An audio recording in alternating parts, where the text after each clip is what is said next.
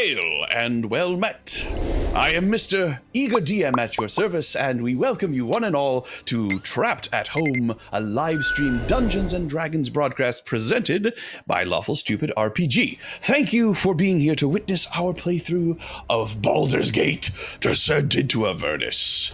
Joining us as always, we have Typhon the Wizard, Rhimb the Ranger, currently being piloted by the Interloper, Islin the Warlock Rogue, Persephone the Bard, Falkrunn the Cleric, Jax the Rogue, and Silas the Paladin Fighter. Zelmira the Monk will join us when her real-world connections allow her.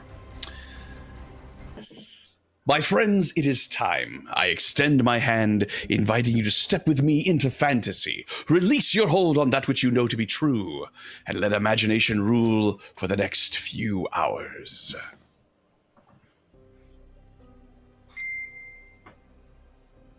Ryan, I swear to God. What? Suddenly you're upset? It's time. Last time, Conscript Group 14 blasted across the wastes of Avernus, being hotly pursued by a gargantuan demon known as the Kulus. It was attracted to the celestial aura given off by Lulu, the Hollyphant, and rained destruction down upon the adventurers in the form of scalding hot demonic blood. However, thanks to their redoubtable war machine, the Bloodstone, strategy, and a healthy dose of good fortune, they managed to destroy the creature, putting an end to a terror that had plagued the Nine Hells for centuries, sending it back to the abyss. Whether or not it returns to the Hells to continue the battle in the future remains to be seen. Arriving safely at the Blood Brambles, they informed Red Ruth that they had succeeded in securing her appointment at Infernal Rapture. Rather than stay themselves to protect her grove, Conscript Group 14 summoned the Sojourner Souls, a mercenary group in the employ of Mahadi. Convinced that her grove would be safe, Red Ruth informed the adventurers that the Tao, known as Razala, could only be free of its bond to Zariel by drinking the blood of a Titan. With at least a clue as to their next move towards finding the holy sword required for freeing Elturel, Conscript Group 14 turned their attention to restoring their companion Rhimb to his body, a task that involves complicated magic and subterfuge. Resting outside the Blood Brambles, they strategize and plan. Friends, what do you wish to do?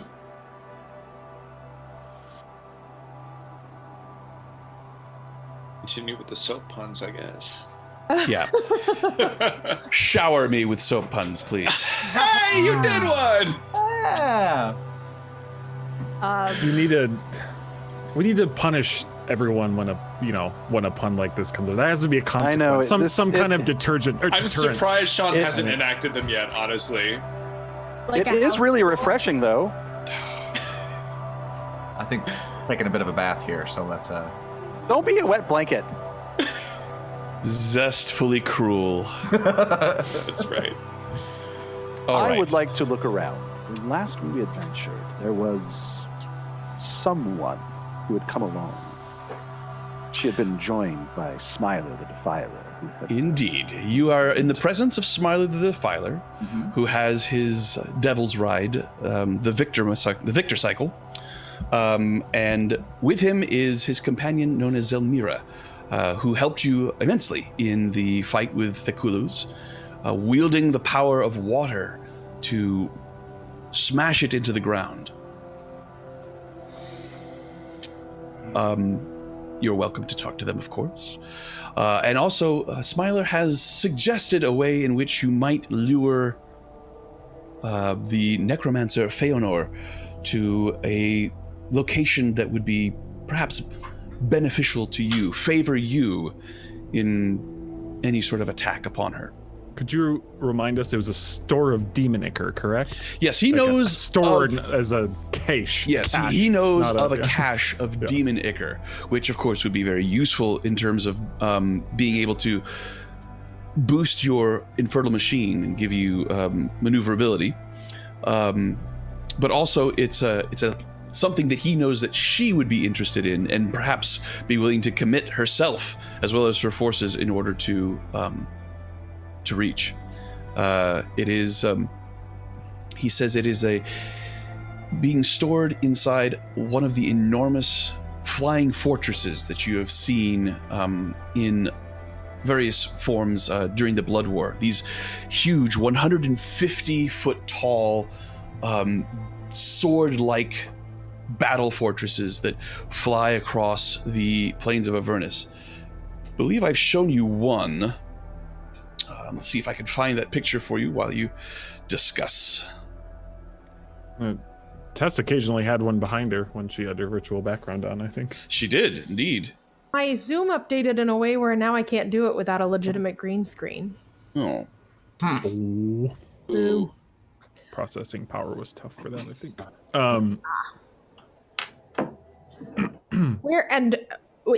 The 3 hours that, because we asked Smiler if it would be, how long it would be until he would be able to tell he was being watched by Fëanor, and he said like a few hours. I think perhaps in an hour or two.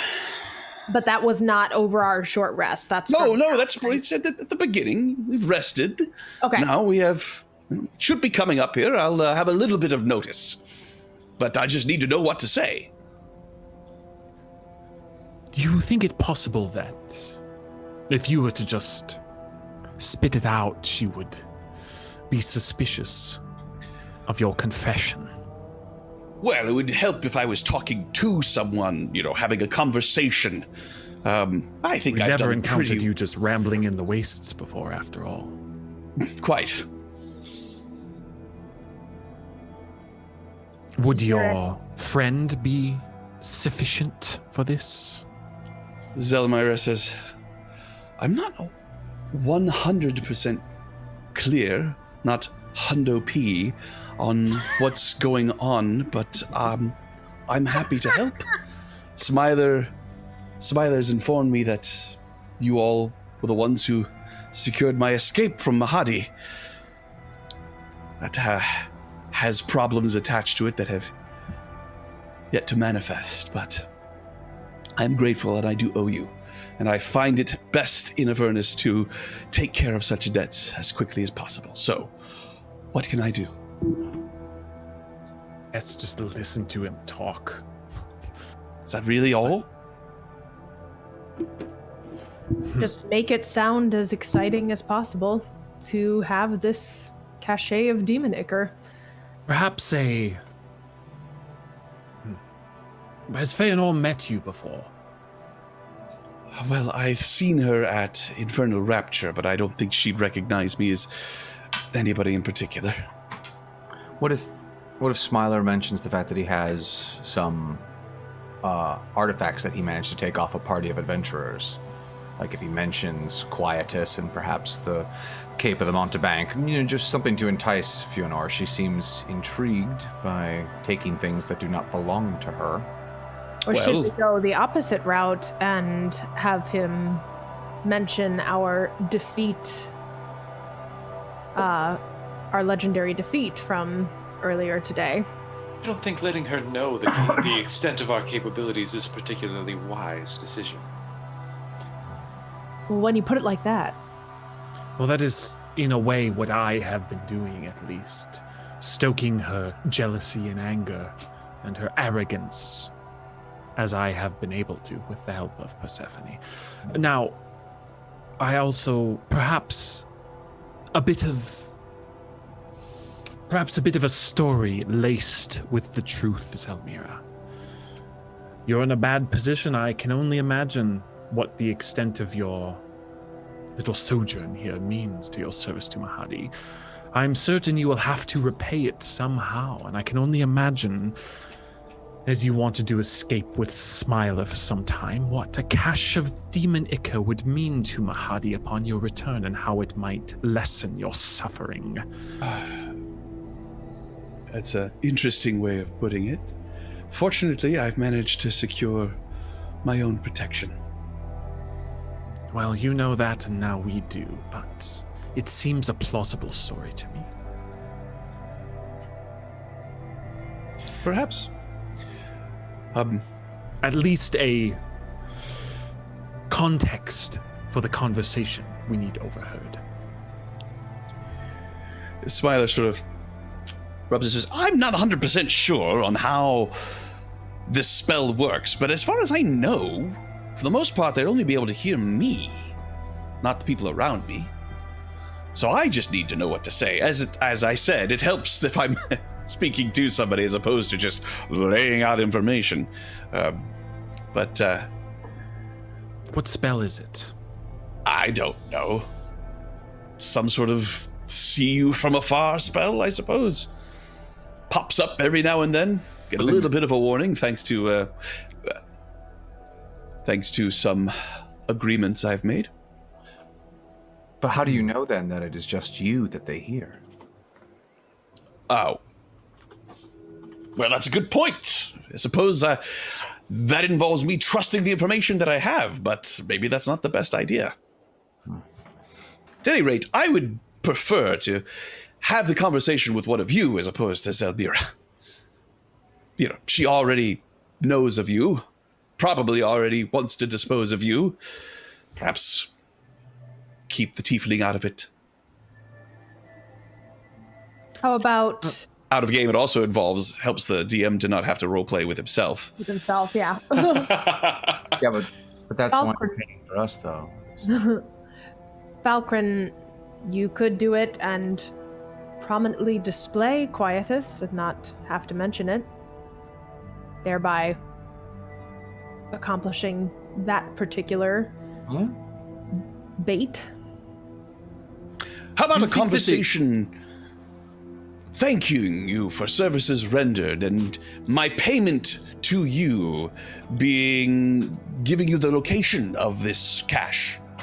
I think that solves both of our problems. My initial thought was giving us a head start, so it would be only you and Zelmira talking, and she would perhaps want to go there. But if we have the information and we are going to beat her to it, it just adds to the pile of her humiliation. The magic items we have and refused to give to her and that she was unable to take for herself perhaps could be on prominent display during this. And then, of course, the fact that we will uncover this valuable stash. So, a few words about this location, just to make sure that it is in fact where you want to go. Not easy to get to, but far easier to get to on one of these machines. That means that the only thing you're likely to uncover or to encounter on the other side of the obstacle between here and there is either other warlords, such as yourself, or perhaps creatures that fly. You won't have to worry about any wandering groups of lemures or dretches or any such things. But getting there is a challenge. Vast fields of firestorms. The longer you stay in the field, the more dangerous it is, but barreling through it at breakneck speed should be reasonably safe.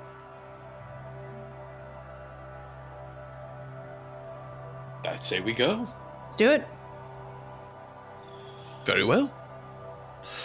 Well, I'd suggest we all take a rest, and when the time is nigh, I will strike up a conversation with you, ma'am. It says to you, Falkrunn. Of course. As long as we do things expediently, we should be able to... Well, I'm ready to go now. Do you all need a rest? I thought we had one. This conversation is happening basically at the beginning of the rest. And I see. Yeah. A Then few yeah, more minutes, I think. Oh, just a short or one. 45 more minutes, maybe. all right. He leans against his devil's ride and starts picking at his fingernails. Does anybody have anything they wish to say, discuss? That for that. sort of thing? Eastland is going to go to Smiler, and she's going to say, I hope you don't mind my chiding of your participation in our fight last time, but I do have a legitimate concern about your ability to be a warlord if you don't have any firepower. Well, I certainly had more firepower in the past, you understand.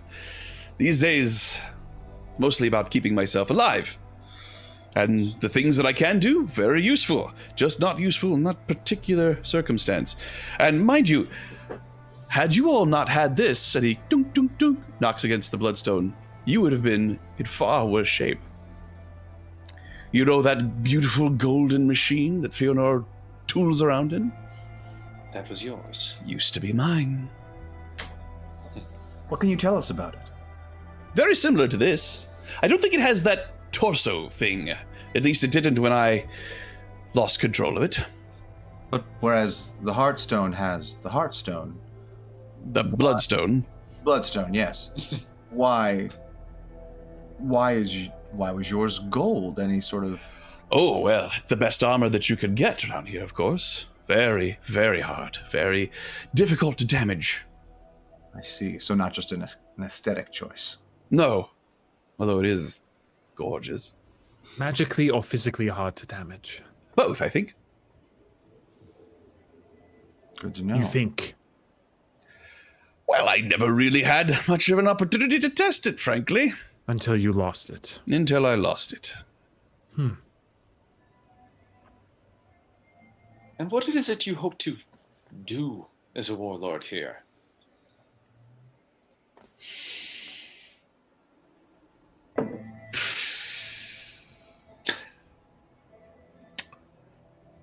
I don't really know. Maybe, I don't know, last a bit longer than I would without otherwise. Where do you see yourself in 5 years? I mean, it's a legitimate You question. are all quite the nosy group, aren't you? I mean, do you really need to know? Oh, I just find it a bit curious. I see warlords coming and going in the very short period of time that I've been down here, and it seems True like enough. you're painting a target on your back more than you are achieving some level of security. Oh, security is boring. Glory. Now that's exciting. Maybe I achieve glory. Maybe I destroy all my enemies and rise as a new power, only to be undone in such a way that the bards of Avernus, if there are such things, tell of my story for ages to come. Maybe I grow so powerful I can take on the archdevils themselves, prove myself to the One of Nine, and become one of the rulers of the Nine Hells. Although I find that extremely unlikely. The one thing I know is I can't ever leave. So I will die here eventually. One must have something to do between now and eternity. But aren't you a fae? Well, yes. So, I mean, surely you could be returned to your own plane. Well, I suppose I could be physically returned. It would not go well for me.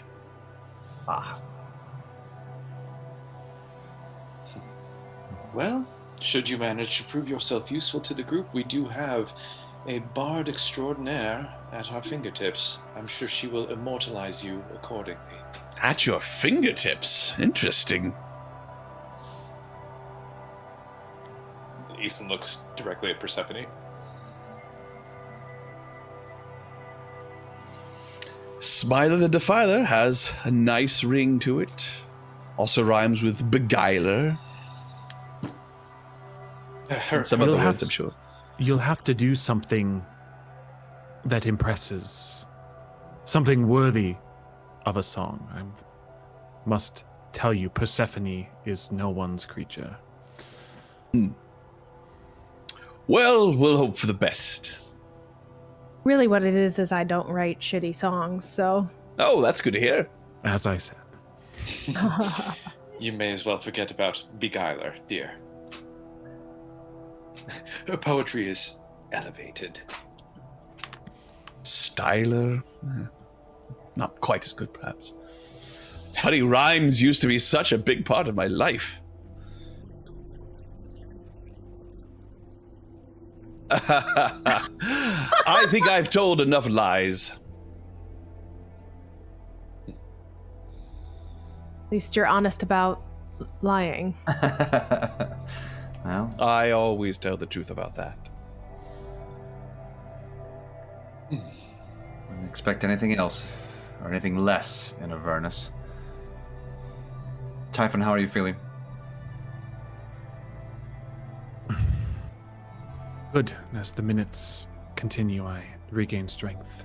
Excellent. Not quite the same as after a full rest, but Falkrunn looks around the party. How is this harrowing band of adventurers of mine looking? Not bad, as I recall. I think I'm pretty good after a short rest. I'm full hit points. I've got. Yeah.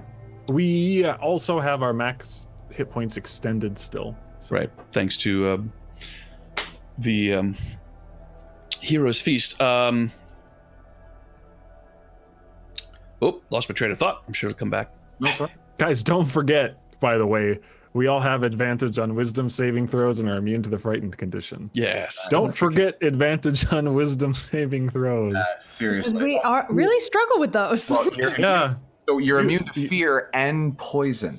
Yes. So those are two big things. Silas, I think I remember you taking a chunk of damage. Yeah?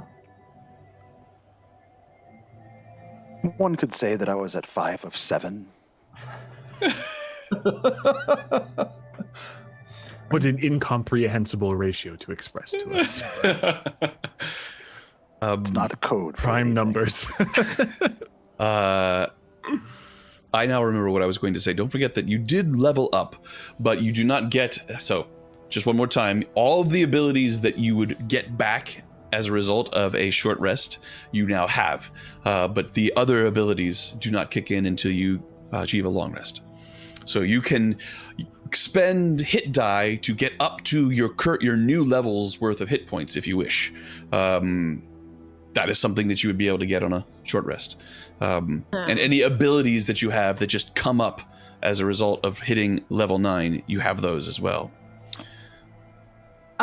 So just mechanically, like on the computer, we should level up and then just not use something that That's probably the easiest way to do it. Wish there was a more easier... Probably would be easier if you just did it on a piece of paper. And anyway, your short rest is up, and you all sort of stand up and stretch and nibble on some food, and Smiler goes, "Ha! I do believe the time is almost upon us. So, shall we?" Oh. I say we go. Oh, no. I'm about to be scried upon, friends. Oh, that's right.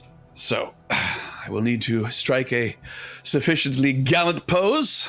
Puts his foot up on the seat of his devil's ride. Slicks his hair back.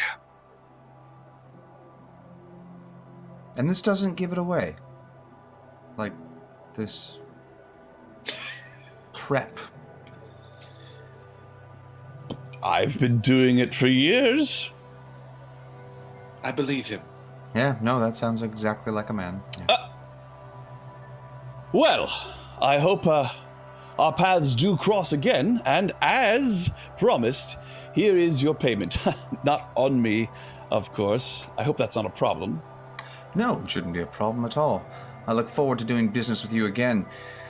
Pulls out the sword. Oh, it was really nice to work with you. My, what a fascinating blade you have. Oh, this old bear bodkin? Oh, it's nothing. It's just Tell me, what does it do?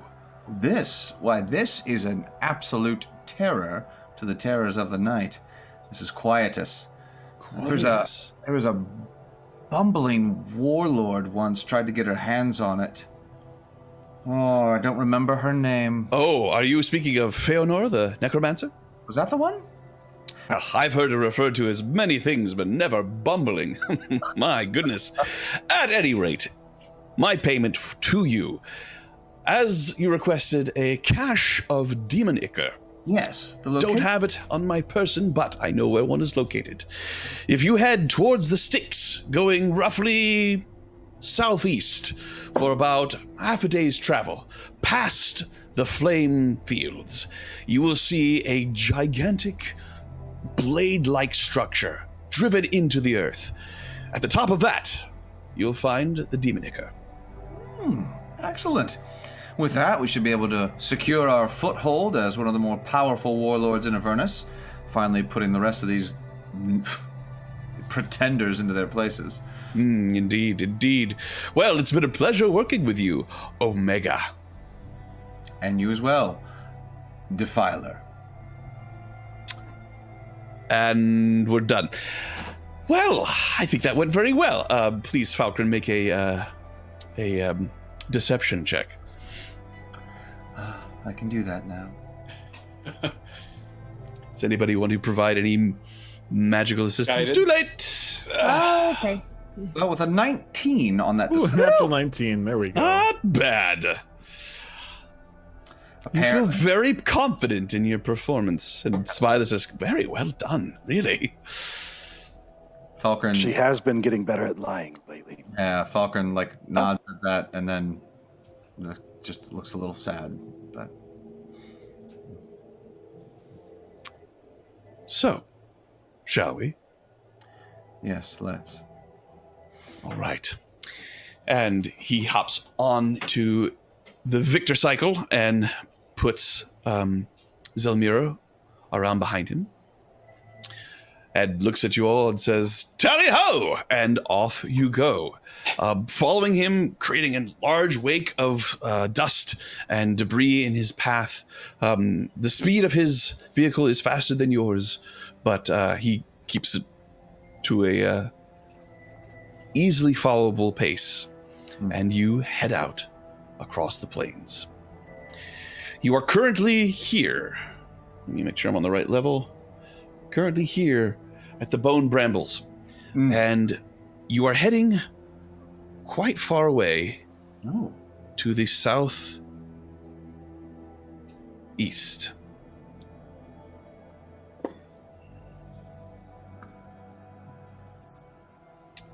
He seems to make a somewhat circular path. As he does, once again, you see in the distance, storms of fire, large red bolts of lightning that shoot up from the ground and then extend, crackling silently over the skyscape. Occasionally you see herds of looking like moving carpets of creatures in the distance, and Smiler seems very adept at seeing various hazards and directing you around them. About halfway through your journey, the oppressiveness and bleakness of Avernus once again begins to intrude upon your thoughts. I would like a wisdom saving throw from everyone. With advantage! With advantage! Say it all together now.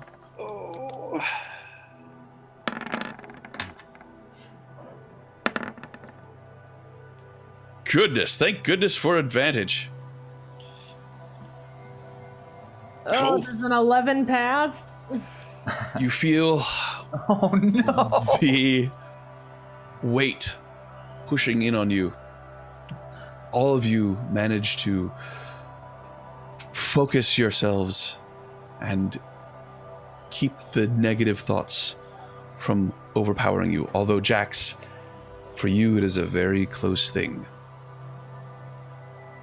And as you sit there, sort of bleakly looking out across the wastes, gnawing on a tasteless rat kebab, Lulu comes and sort of crawls up to you and sits next to you. Hi, Jax. No, I really don't.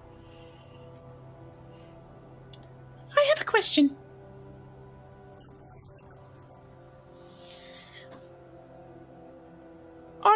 Are Silas and Falkrunn fighting?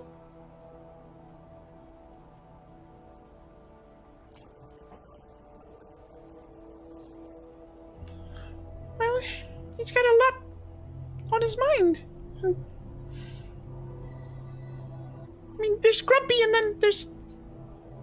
I don't know.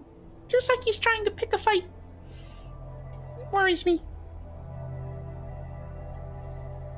Do you not see that? Maybe it's just me.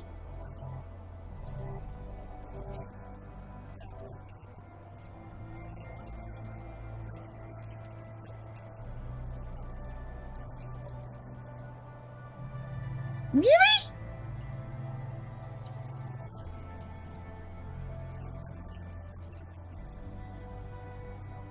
Yeah.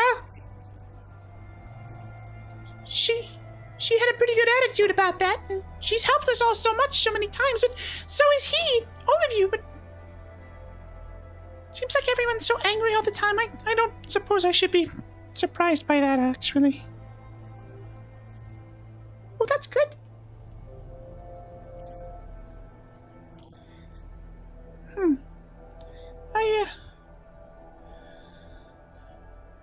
Do you still have that flower?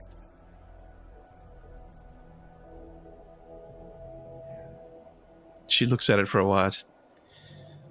Oh. It seemed like it was so important. No, I mean, it's pretty, but it's just a flower. I don't know why I felt so strongly about it. No?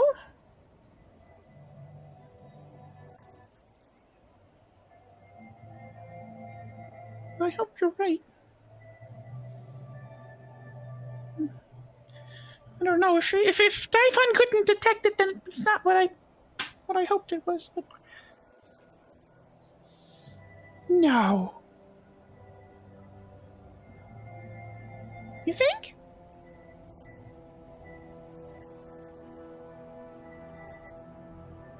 Mahadi.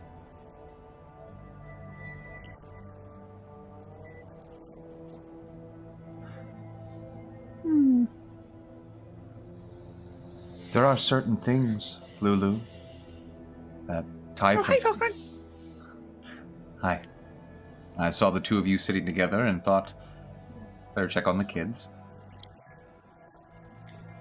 No, not at all. I don't Kids. eavesdrop like some people. But there are things that Typhon may not understand, or perhaps it's a magic that we haven't encountered before. That's true. Jade, your mic is a little low, I think. Just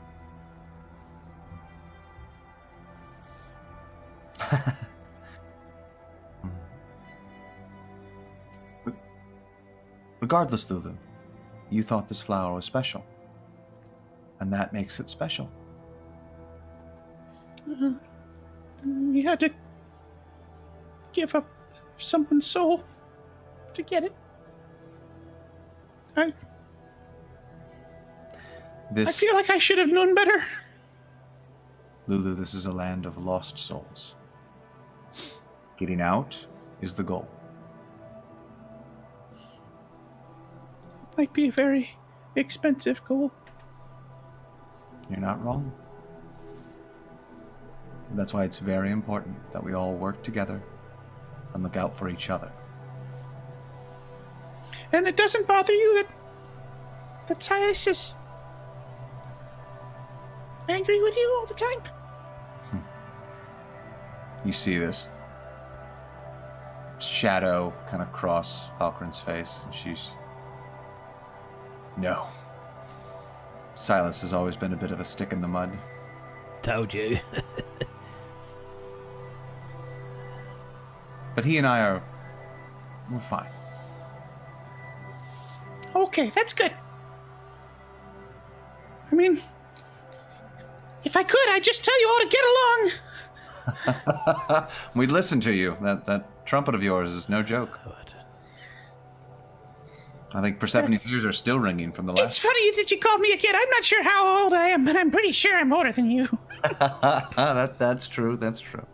It's very easy to think of you as something very precious to me. Me too. Ooh, that looks dangerous. And she gazes out across the plains. and you see in the distance about half a mile away, but the distance between here is oddly clear between here and there, as if the dust and wind in Avernus here is just kept away by some sort of force. And there's a large scaffolding, looks like it's made of some sort of dark metallic-like material. It is large enough to be seen from quite a ways away. Chains hanging from it, and just a large bulbous mass of flesh and hair and bone just stuck upon it, sort of pulsating and undulating over and around this metal frame. And Smiler is out ahead of you, and he sort of points at it and looks back at you all and goes, and begins driving away from it. It's this thing about right there. Ah. It's an Imperial probe droid. Yeah. Definitely not the droids we're looking for. You drive further south, and you come to a low rise, come to the top of it, and stop, and look. He stops, and you all stop and look out across this vast field of scorched black earth. And as you're watching, you see a large pillar of fire just burst from the ground about 300 feet away. It comes up almost like it forms a tornado from the bottom up as opposed to from the top down, and just fire just roils around, and then dissipates into nothing. And he says, "Few and far between, but if you try to cross this area on foot, one will get you eventually. Going across, our best bet is to go as quickly as possible. If one of them attaches themselves to you, and it's going to be attached to you, you understand. These storms are magically sentient. If they pick a target, you're it. Well, you can try to get away from your fellows to prevent them from being damaged, dispel it in some way, or some other way to get rid of it, but you'll be fine. But everyone around you will have a bad day. Clear?" Wait, what? Say that again. What? No, not at all clear. All right, well, glad we had this conversation. These storms, they erupt from the ground. They're sentient. They look for souls. They find one that they like, they'll try to attach themselves to you. If that's the case, you'll be fine, but everyone around you will suffer. It'll be very hot. Don't realize why I have Flames to of point that out. unusual behavior. Yes. I realize why I have to point that out, but yes, flames indeed. Flames of Unusual behavior? I don't believe they exist. They're right there. I'm clearly missing some inside joke. Very nice, that's not a problem. Tyler, you said that the firestorms have to be dispelled, or... No, they don't have to be. You just get away from everyone you care about until they get bored with you and let you go. Let's dispel it. Are there other ways? Can we like snuff them out? Or is it Or ice them down? Oh, certainly try. I just always run like hell. Haha. And I'm usually by myself, so don't have to worry about that, but today I do. Perhaps the majority of us could reside inside our war machine. If you've got room for everyone, then by all means. You do not. A few of us, though, right? We could kind of... Two people. Some of us are little. Shoulder up. Yeah. Jax? Someone could hop in the bag of holding. We could all hop in the bag of holding. God. And all be inside the vehicle. And... I really don't think that's a good idea. This whole putting someone in the bag of holding sounds like far more trouble than it's worth. And you might mess up the flower. Yeah. So, Off we go. ready? Yeah. All right. So, with a Smiler takes off, and he does not wait for you all. He moves at a very fast pace, just driving like a bat out of hell, so to speak, through these fields. Every now and then you see flame catch and go up, and you can actually see them trying to follow him as he drives past, but they're just too slow. So it's, as long as you are not directly over one when they manifest, you should be fine. So we have Silas who's driving, and then Jax and Persephone sort of try to tuck in as best you can. Typhon, Yislin, and myself will stand back and try to dispel and ice and burn. Yeah. Yes. Yislin, do you have If someone can't dispel, though, they should stay inside. I feel as if Jax has the best chance, if any, to avoid. And I want to watch. And he wants to watch. I'll stay inside the thing. Obviously, you're with Persephone. Okay. All right. I want to see if it burns Smiler. Silas, Gas it. drive fast. Right. And away you go. You begin to drive slowly at first, and then quickly, Silas levels up into the maximum speed of the Bloodstone. You begin to leave a huge wake of blackened earth behind you as you see Flamestorm erupt about 50 feet away, and it tries to move towards you all, but by the time it gets anywhere close to you, you're long gone. Allow me to put on some appropriate music. Okay. Would you please? Fast and the Furious. Indeed. Like a bat out of hell. Like a bat out of hell. Great choices, everybody. Yeah, Meatloaf. Let's go. Don't DMCA us, Twitch. Yeah, oh god. And shut down. I think that was the wrong piece of music that I put on. Hold on a moment. Is it Yakety Sax? He put on, There we go. I Would Do Anything for Love instead of Bat Out of Hell. No, he put on Life is a Lemon and I Want My Money Back. Yes, there it is. No. Not in this car. Flowing like the metal on the edge of a knife. So, I will need somebody to roll a D100. Oh, son of a... Not it. No. Silas is driving. Silas is driving. Silas will have to try to avoid it if the worst should come to pass. I got it. Oh, okay. Do it. All right. Oh, you Peter. did it. Come on, you got it. That's very average, so it's probably good. Yeah. I haven't seen it come up yet. I haven't either. 59. 59. So as you're moving through the fire fields, more and more, you see them beginning to, almost as if they're a herd of wolves. Each one of them sort of informing the next one further down the line. There's prey coming, these firestorms just, and they all trying to converge upon your progress. And you can see that the same is happening ahead for Smiler the Filer. But so far, none of them have been able to catch you. Another D100, please. I roll with Prime. Are you doing it again? I got it this time. All right. That's a high Prime number. Ooh, 51.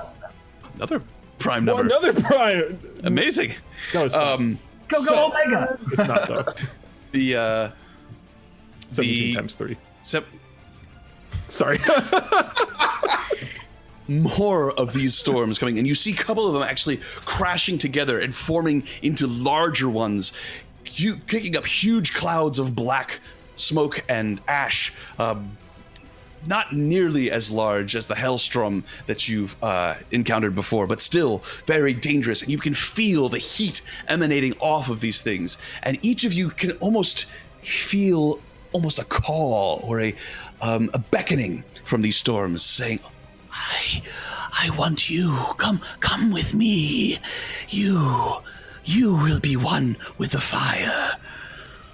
But on you go. I need another D100. All right, I'll do this one. Yes. Uh-oh. 94! Oh! All right. That's good in Sean's games, right? No, it's the opposite. Wait. So, I knew it was going to be my fault. let me just put you Sorry, guys. Right in the middle of here. Oh, lovely. A battle map. What could It possibly should go come wrong? as no surprise that when our fate was in Islin's hands, Oh, Aww. Silas felt her roll that D1. yeah, exactly. Indeed, yes. I'm not In my sure games, why. high is always bad when it comes to random rolls. Good for everything else. I'm not sure why, but I feel like this is Islin's fault. I didn't mean to. So, I do believe I have now fixed the icon here in the middle. If you alt-click upon it, you should be able to bring up the stats. Nope. Please tell me it worked this time. Negativo. You've got to be kidding me! How does one do this? All play. Oh, wait, no. I see what. Now try it. Yeah, got it. Yay! Okay. Yay! Okay.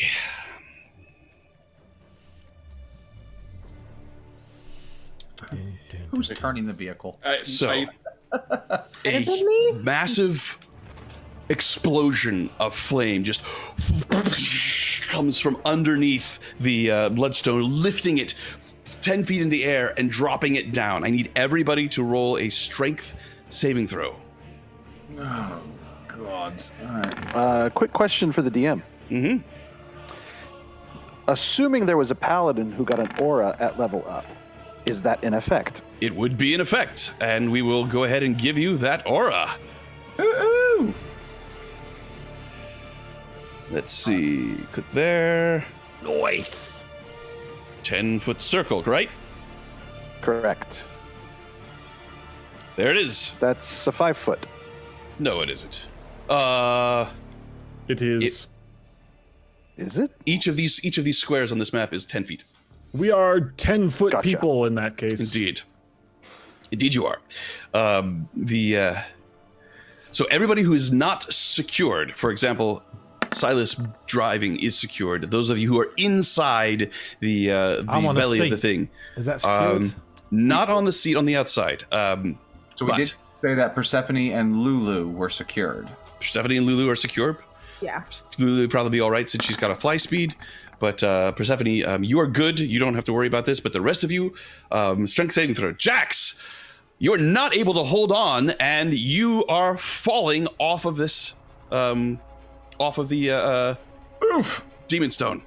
Next to him, would I have any chance of a reaction to catch him? You do. Falkrunn, you are also not strong enough. However, you can add 3, which does beat the DC. So you are able, as you are beginning to fall, you feel a holy aura emanate from the front of the bloodstone, and you are given more time, and you are able to find your footing and secure yourself just in time to see Jax tumbling off the back. Make a acrobatics check. Sleight of hand. Nope. Jax fails. Jax doesn't get the bonus, or Jax, you are all the way on the back, right? Yeah. Okay. Yeah, you don't get the I'm bonus, assuming I unfortunately. was. That's where I am on. That's where I was put last time. All right, so who can try to grab him? I'm next to him, so that'll be me. What's the check, Sean? We're gonna go with an attack Just- roll. Natch someone. Grapple? Roll a dexterity check. Okay.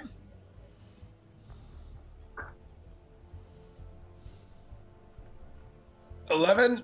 11 is enough. You grab Jax and put him back on securely on the ship on the bloodstone. However, now I'm going to need everybody to roll a d20.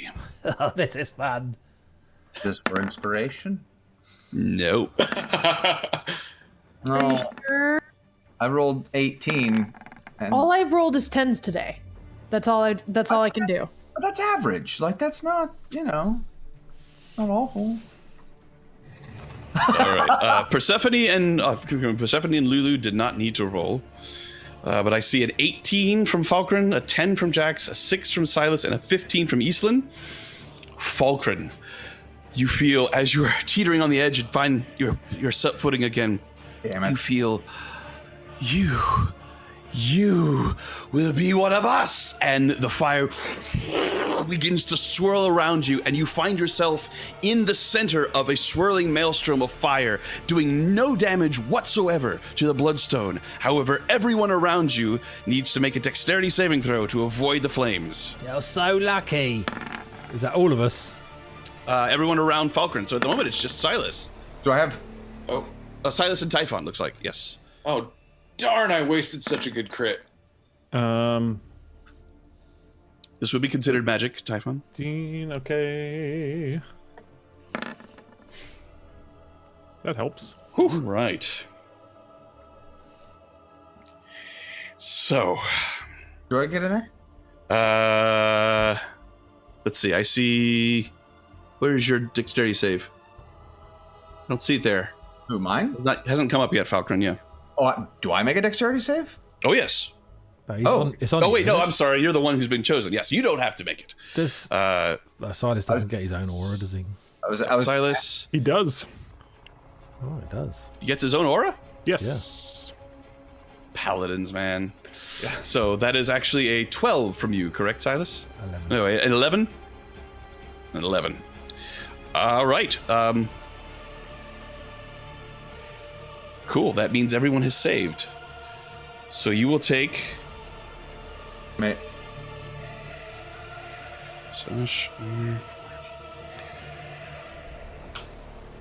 Holy crap. So you take half of 13. That is abysmal rolling. Half of 13 points of fire damage as this flame continues to roil around Falkrunn. Falkrunn, this is not going anywhere. What are you going to do to mitigate this so that none of your compatriots get hurt? She immediately touches the holy symbol on her shield, which is the crossed hands of Ilmater, and she says, "Leave me," and slams the shield down, and it casts Dispel Magic. And it disappears without even a second's delay. And you continue on your way. Is everyone all right? Yes.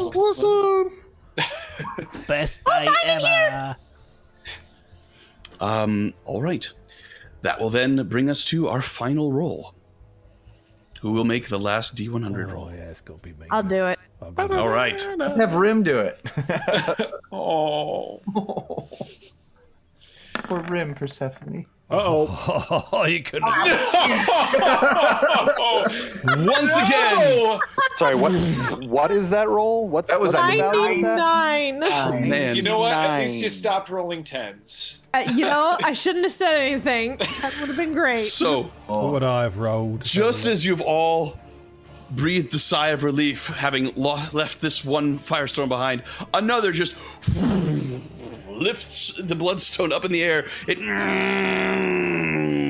slams back into the ground. Those of you who are secured do not need to worry. But Those as of for us who everyone close, else, I need strength saving throws.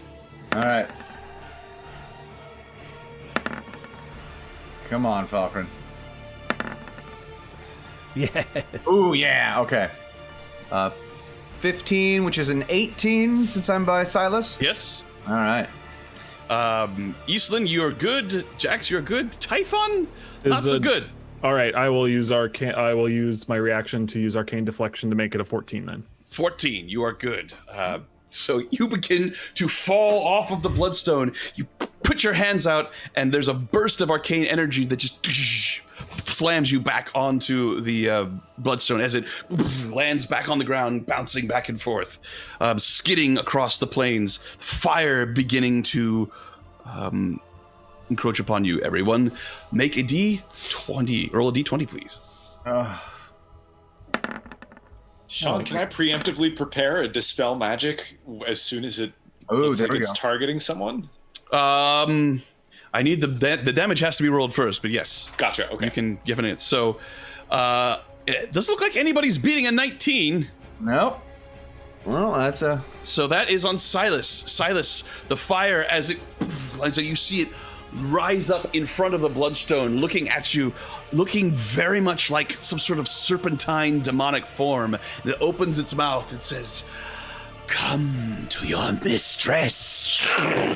And it spirals around you and begins to swirl around you, doing no damage to you or anything you are touching. However, Falkrunn, I will need a dexterity saving throw. Oh, good. Me and Windows all over again. All right. Now, I'm at... So here's a question, Sean. I have a Shield Master, which allows me to add my shield bonus to a dex save that makes an effect that targets only me, but since it's not... It's an area effect, I'm afraid. Yeah, okay. Since I just happen to be the only one in the area. All right. Right. Fair enough. So it's at a 0 then. All right. Plus 3. Oh, how's a 9? Oh, a 9 plus 3. So 9 plus 3. 12. You have managed to succeed. So you take half of this.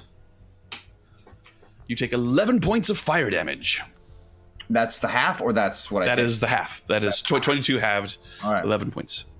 And the fire rolls over you. And this fire, you know instinctively that it's not Silas is doing, but you look at the fire as it's coursing over you, and you see within it this half-elf looking very much like Silas, his eyes glowing red, his grin wide, fire sort of billowing out of his mouth, creating this flame all around, burning you. And I believe there's a dispel magic? Yes. Instantly dissipates, and you see Silas sitting where he's always been, in the helm. And you continue on. Up ahead, you see Smiler the Defiler and Zelmira almost to the edge of this, when a large curtain of fire just erupts right in front of them and encircles them, hiding them from view. The last thing you see of Smiler and Zelmira is the two of them floating up in the air, Smiler grabbing her hand, holding her close to him, and a ball of force seems to erupt around them both as they are carried away. And the flame departs. And right in front of you falls the Victor Cycle. And Zelmira and Smiler are nowhere to be seen. That was a terrible name for a bike. Just saying. He would argue, but he cannot. It's time to talk shit about Smiler right now. God, Wait a finally, minute. guys, I have so much to say. And pressing on, you come to the edge of the fire field and safety. You can see the fires rolling up behind you, almost calling for you mournfully. Do you try to recover the Victor Cycle? Is it outside of the field of fire, or is it... It is nearly to the end of it. It would require some doing. They're heavy. Somebody would have to at least drive it. Just quick spot check. Does it look absolutely decimated, or is it... No, it does not appear that this fire has any effect on these machines. Is it still in the fire fields, though? It is. Let's leave it. Are we gonna want him driving around in our vehicle? I mean, I know we promised him the gold one, but I think we should try to get it. Oh, what a decent thing. How far in is it? 50 feet. Oh, I can get it. I'm space right now. I think it's 50 feet. Oh, hell with it. And so... Leave it. Shall I get it? Falkrunn will get out and dash for it. All right. Why did they let the slow one go? I don't know. Why indeed? So your max speed is... For so much short distances. What is your speed, Falkrunn? 25. Dash back into the fire fields. Immediately, they run at you. They are faster than you, and there is no way you will be able to escape. as one of them attaches itself to you, and you are now wreathed in fire. Those of you who are looking into the fire fields, you see Falkrunn disappear in this maelstrom of fire, and the fire itself almost seems to take on Falkrunn's personification. You see armor made of fire sort of rising up out of the flames, about 15 feet tall. There's a large sword at its side, and Falkrunn, I assume you get onto the bike? Yep. Get onto the bike. Sounds like a Guy's group. fucking Ghost Rider. There's the sound of screams as the Victor cycle bursts back into life. And it comes barreling towards you, and it is bearing the form of a monstrous, fiery Falkrunn. Falkrunn, where do you drive? Lee, I'm gonna need this drawn in like full, No. like on the side of a van, like that. Ed, no.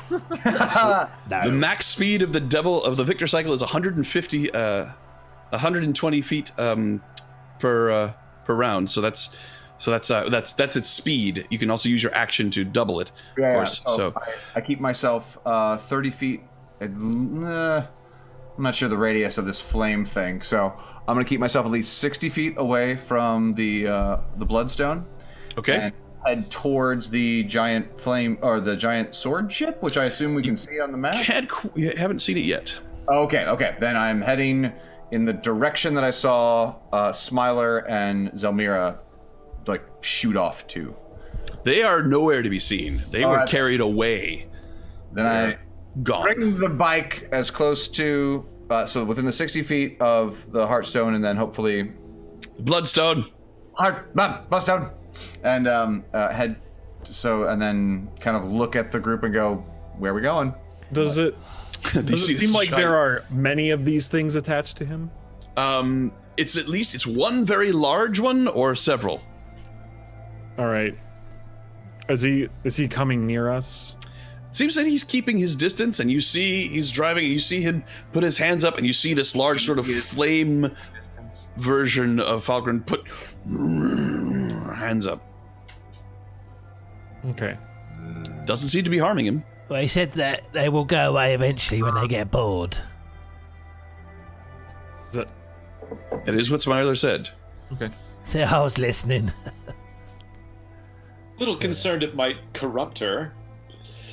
Oh, that's true. Where are we going to get ourselves another dwarf at this time of the hour? She wouldn't remember it anyway. The Styx was.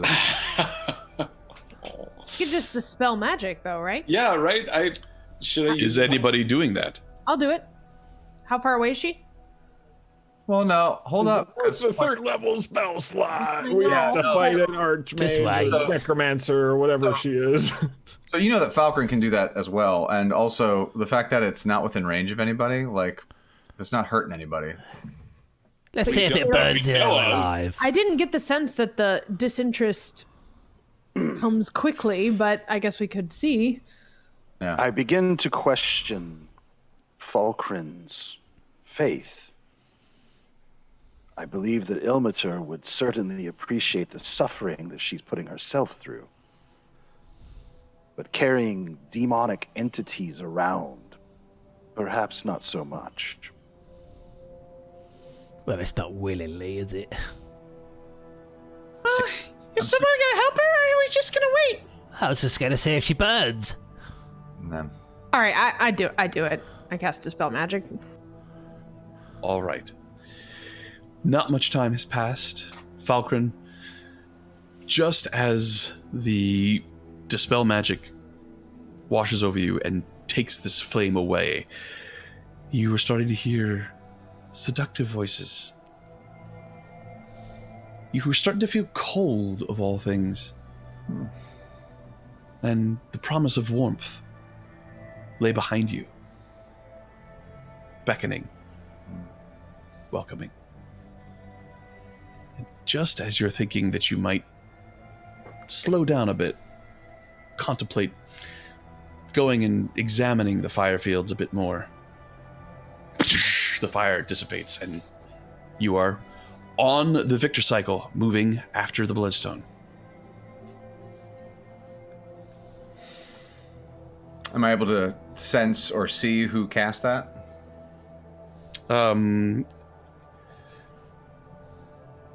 Probably not from inside the machine. Well, you wouldn't have done it. She wouldn't have done it. God, it's like she doesn't have to be able to see you. Nope. Oh, yeah, that's right. Yeah, literally just be like, That's weird. I'm going to say that at the very least, she would have needed to know that something was amiss. So rather than be inside, Persephone is standing on the back of the Bloodstone, looking in your direction. I imagine she heard Silas's sanctimonious monologue and was like, oh, something. All right, let's just pop that off. There we go. Do you continue in the direction you were going? Yes, Falkrunn does, sort of like tries to figure out. So, DM, can we see any landmarks around us? Or Make a perception check. Oh, great. I remember when I could perceive things.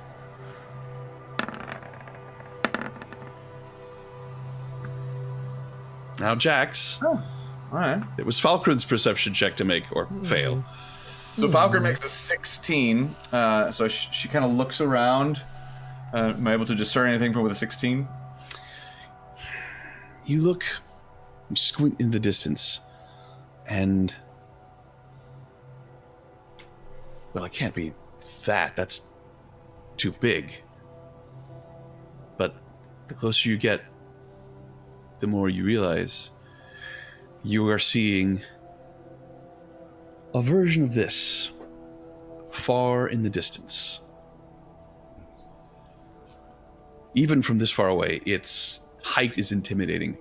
Roughly 150 feet tall when flying. But this one is embedded into the ground, protruding like a gigantic blade from the plains of Avernus. There's a large crest of earth sort of kicked up in front of it. Earth and rocks rising up from its bow, if you think of it as a ship. And then a long trench that stretches out behind it, indicating it sort of crash landing of sorts. As you move closer, the aft section of the vessel shows massive amounts of damage.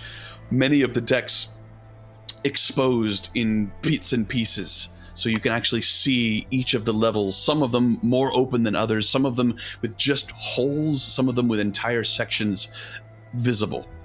And from the very uppermost decks, there is a cloud of vapor rising into the sky that's being quickly snatched away by the wind.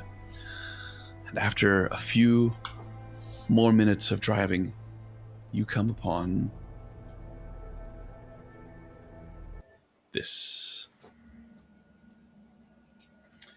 This, my friends, is a map by Pogs Props. Oh, nice. Awesome. Don't they have like a Patreon or something? They do indeed.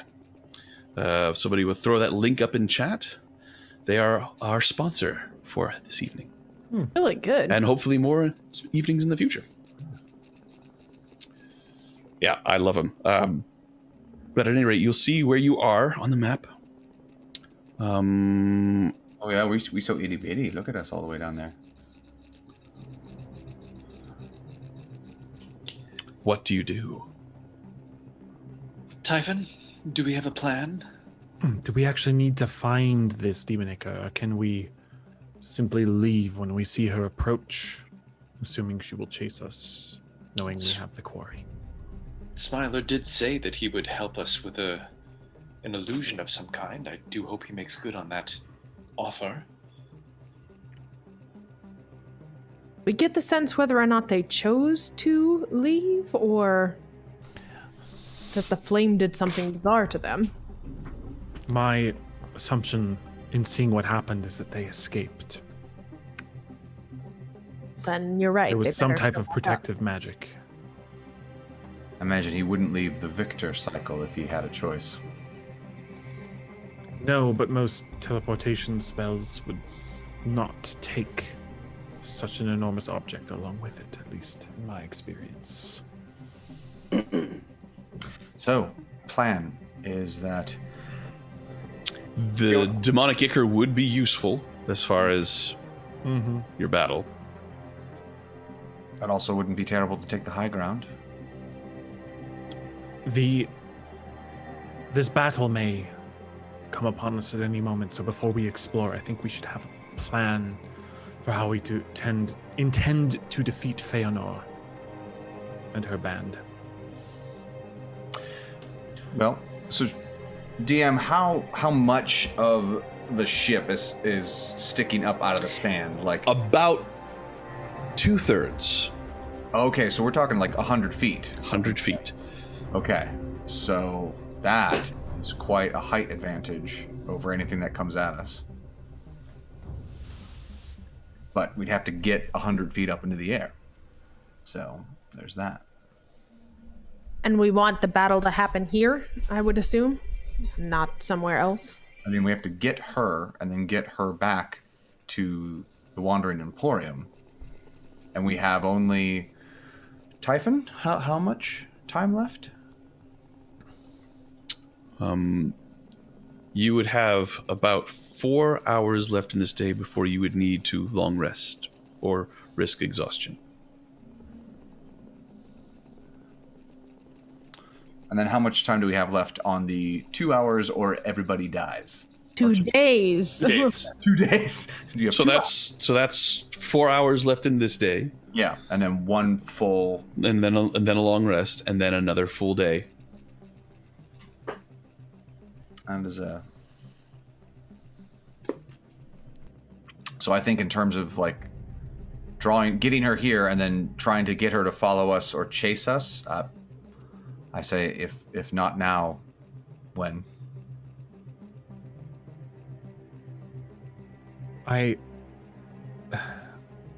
Yes, I think that is our greatest chance of success. I also think we need to have some strategy when combating her, as if you were fighting me.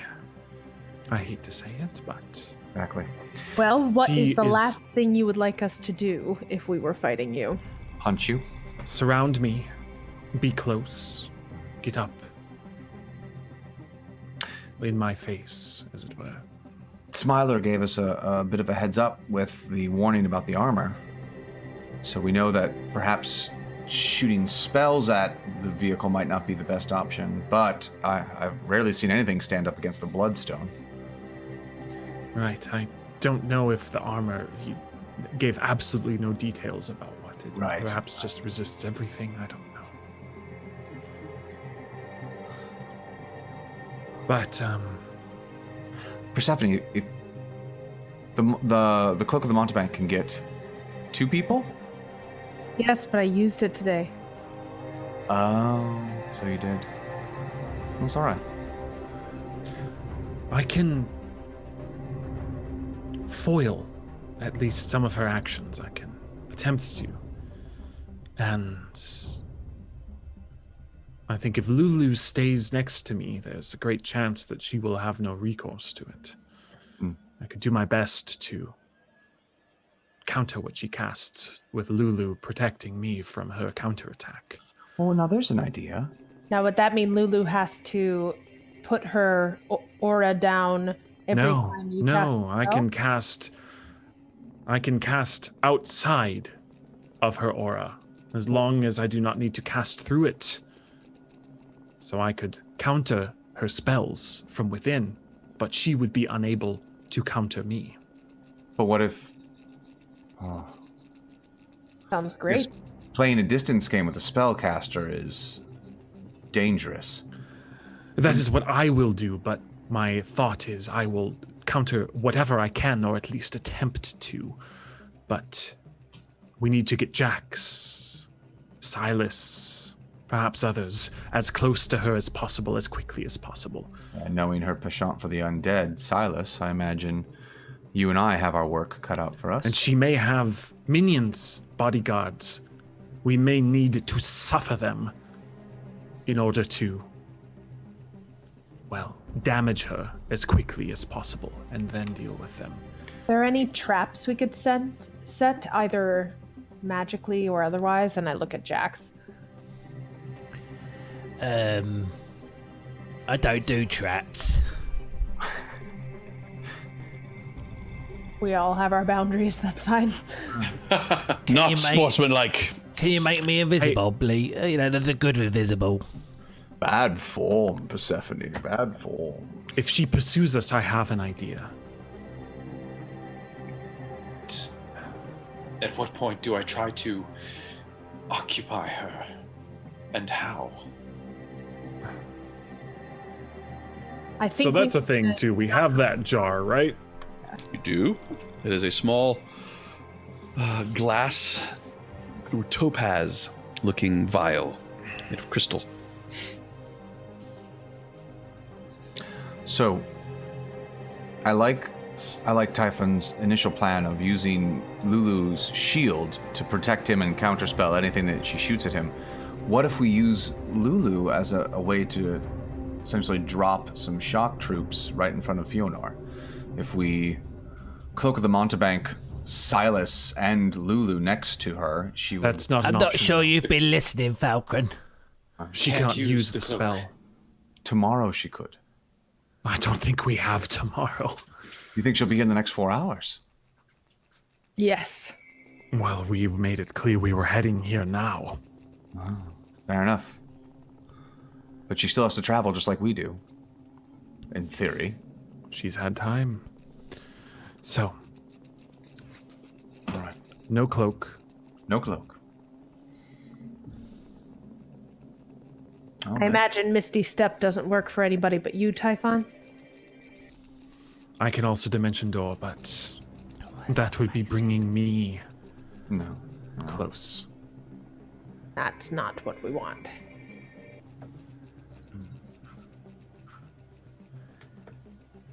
All right, so who's up top giving ranged? I imagine Yislin, you would like to be by Typhon's side? I would. Persephone, the spell scroll, it is a difficult magic to execute. If you can save, well, some of your bolstering ability to clear my mind when I have to cast it, I would be grateful. Yours. I may need the same clarity when I try to occupy her.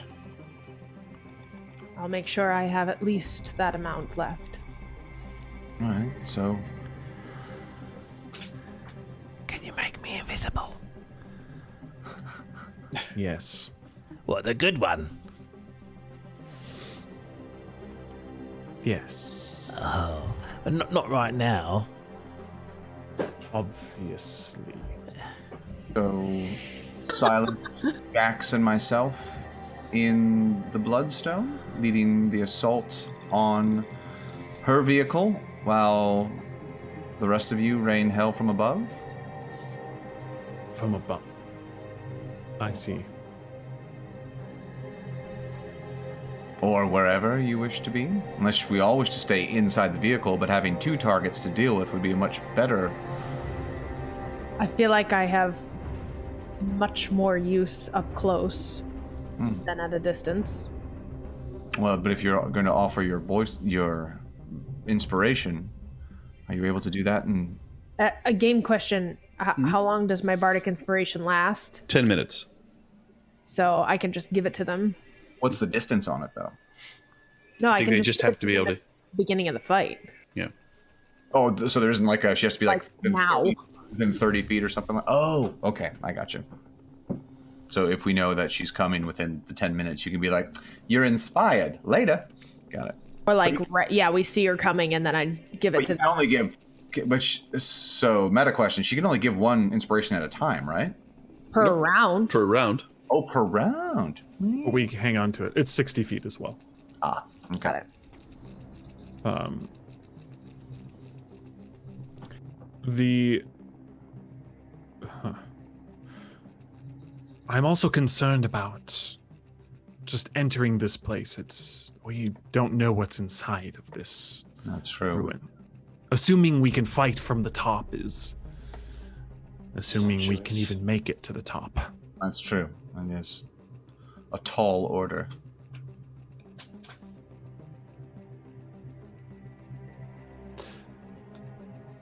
So, So this is not 100 feet long, this ship. It's 100 feet up in the air. Correct. Ah.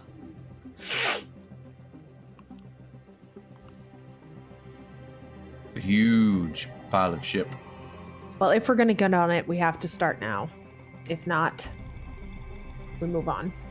All right. We will need to keep close watch as well. We do not want to be caught off guard when her golden doom rolls up. I'll keep my eyes open. Assuming it's the same type of machine we have, it has the same weapon which could lay waste quickly to our machine. Lulu, could you fly up high and not be seen? And let us know if you can see her war machine coming. Well, I can fly up. I don't know how to not be seen, really. Just try. You're only little. Okay. Stay close to the ship, Lulu. Try to keep yourself in its shadow. She begins to spiral up. She gets higher and higher. And she gets about 75 feet up, and then she jumps to the side and onto the ship.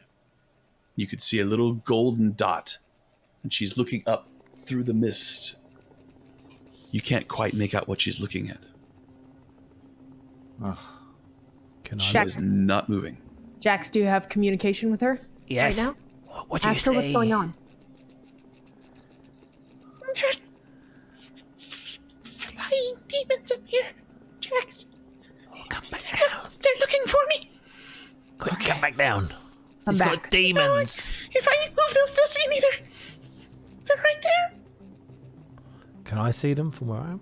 Make a perception check.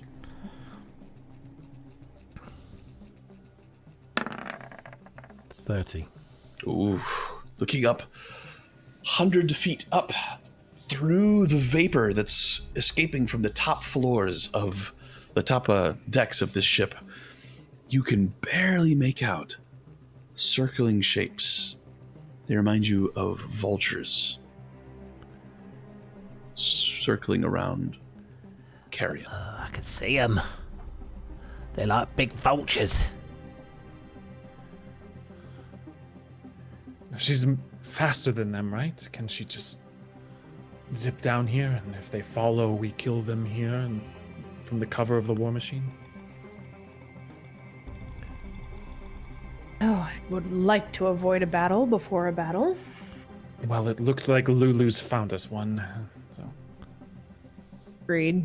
I'll tell her to come down as fast as she can. Make a persuasion check.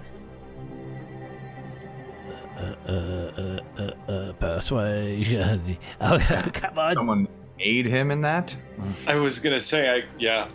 You're Oh, there's a lot, Jax. How many? I think there's at least 6. I'm gonna kill them all. Come on. Quick. I don't want to bring them to you. I'll do it. Exactly. We need to warm up. Maybe they'll lose interest. I don't. Jax, where are they at? There's about 6 of them Where? Point them out to me. near her. Oh, you're not going to be able to sit. make a perception check with advantage, Falkrunn. You try it really, really hard, Falkrunn, and I'll pass guidance. Ooh. So roll your d4 just to see if you break 25. Oh, okay. Oh, no. 24 is still great. It's just, I don't give you everything. You can definitely see what Jax is looking at. From down here, they look like vultures, but you look at the wrecked war machine and you look high in the air, they must be enormous. You think you may have seen something like them in the past. Do they remind me of the Vrock? They do.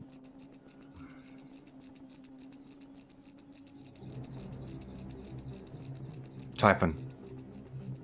Looks similar to the creature we saw in Elturel. Demon?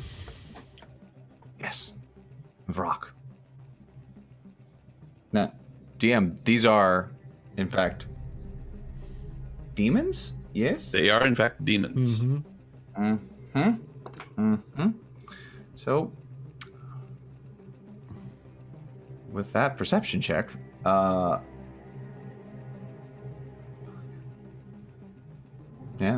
Falkrunn's plan was to fire a guiding bolt at them. Oh my gosh, don't. Can you sneak down here? You can do it. I can't pass guidance to her, can I? No. By words. Nice touch.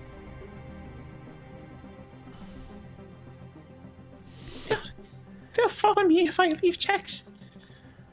Can you not sneak? Like I I can do. tell I'm here. I can tell they know I'm here. They just can't see me.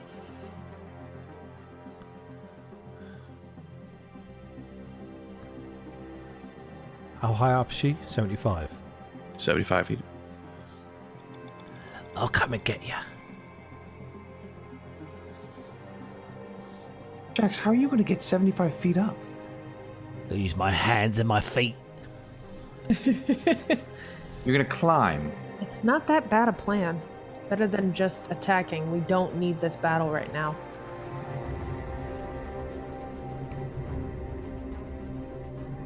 Except when we draw Fiona here, those things will still come down and attack us.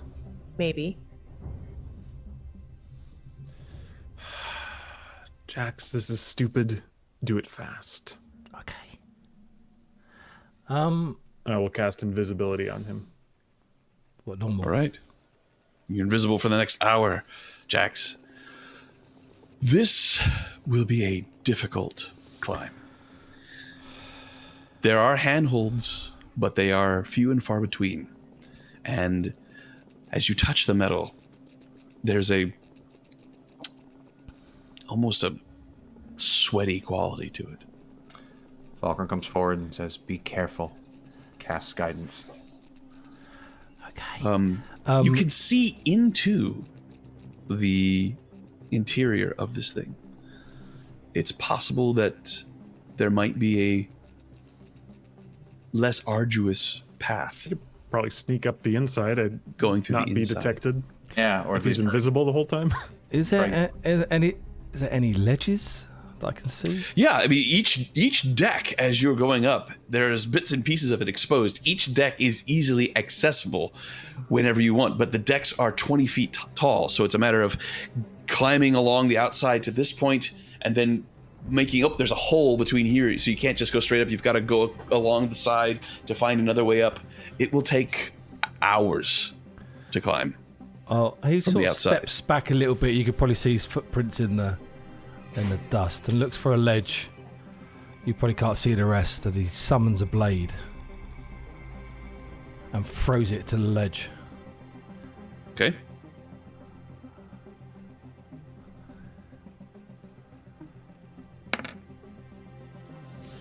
Oh, cool. Teleports 50 feet. So you are 50 feet up. Yeah. On the outside of the machine. Can I climb the rest? You probably won't. You could try. I'll have another little go. I will summon another blade just to have it in my hand, and then I will climb.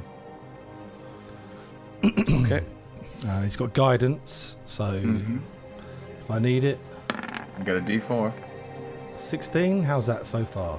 May roll your D4.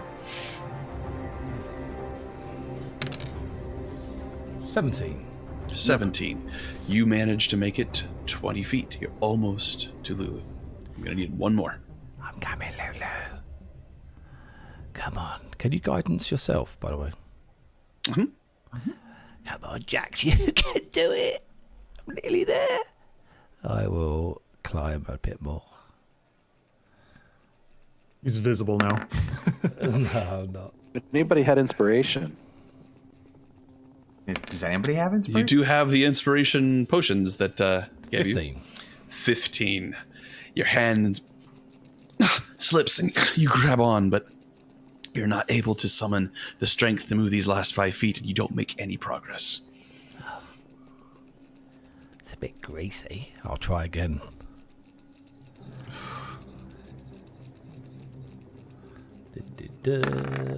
Nah, 24. Oh, you climb up the last 4 feet, and you see Lulu sitting there looking up at the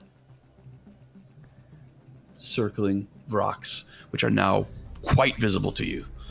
Oh, they're big, aren't they? Yeah. I know you don't really want to get in here, but you need to get in the bag quickly. Make a stealth check, by the way, Jax. Was that advantage because I'm invisible? He's not invisible anymore. Not invisible anymore. Why? You cast a spell. Guidance. I thought it was an attacking thing. Any spell. Oh, wow. Okay. 25. 25. You're fine. I don't want to go. I'm all right. It won't be long. I promise. I'll grab you straight out. They're still going to know when I get out, Jax. That's how I will hide you when we get down. Quick. I'll open the bag. She sadly climbs inside the bag. And I will... Sad Lulu. I had this image of like Jax convincing Lulu to get into the bag, and then he gets in the bag himself, and then somehow tosses it off the thing. Can I use acrobatics to sort of jump from ledge to ledge and get Can you down? use what? Acrobatics to sort of like go from ledge It's to a ledge. climbing. It's climbing. It's athletics. He's still got his blade out, so in emergencies he will use that, and I will start climbing down. Probably right around now. Yep. Is that failed by a certain amount, or You are climbing down. Yes, it is. You climb down, and your foot goes onto what you think is a sturdy ledge, and it gives out, and you try to grab. Make a dexterity saving throw. 25? You are able to grab the ledge to prevent yourself from falling. As you do, your passive perception, you look inside the ship and you see something moving towards you right here on the edge of this ledge, this chunk of this deck that's missing. Something is coming slowly towards you, oozing. I will throw the dagger down to the next ledge. Okay. Or if I can reach the floor, I will. So this is an attack? No, I just have to roll a d8. What do you need in order to be able to do this? I can manifest one of my blades, which I've already got out. And Is it a verbal, somatic material? No, I can just manifest it, free Just action. manifests. All right, well then you're able to do it holding on. I will need an acrobatics check for you to be able to hold on to this ledge and throw it. Shouldn't be a problem for you. 16. 16, Almost. you're good. Down goes the dagger. I rolled a 3. Yeah. 3. Yeah, he has a plus 13 modifier due to acrobatics. 30 check. feet. He rolled a 16. 30 feet, you appear 30 feet lower. 80 feet. 80 feet. Oh. You're on the ground. Here I am. I'll just appear next to them. They probably can see me hanging for my life. Yes. Lulu can't breathe for much longer, but we need to hide her. Get her in the ship. I'll get her in a ship and then I'll pull her out of the bag. It's her aura we need to hide, not just. She's already, her aura's already hidden. Lasts 24 hours. I'll pull her Jax, out. you scared me to death. I saw you slip. That was intentional, but there's something in there. It was slithering up to me. What? The ship? Oh, a creature, you. What was it? Inside the ship. He means Inside the ship. I wanted to say hello, but I thought I remembered Lulu needs to breathe. Speaking of which, I have pulled her out. See, That was scary. Did you talk to the plant? No. But what are we going to do? Those things are up there. Mm-hmm. We could use them against the Fiona, whatever her name is. Ow. Well, they would have seen us coming, surely. We'd have to use Lulu as bait, and I don't think that's very wise. No. It's a good idea, though, Falkrunn. But no, we couldn't do that, Falkrunn. No, we couldn't. As you discuss, time passes. There's no sign of anyone coming. Another hour passes. I do a bonus action to recover my psionic energy. Okay. Can I roll like an insight check to see if I feel like she's coming or not? Sure. There are spells that would allow you to learn certain things. 17. It will depend 100% on how far away she was when she found out where you were going. Islin reaches out a claw and grabs hold of Typhon's hand. I'm scared, Typhon.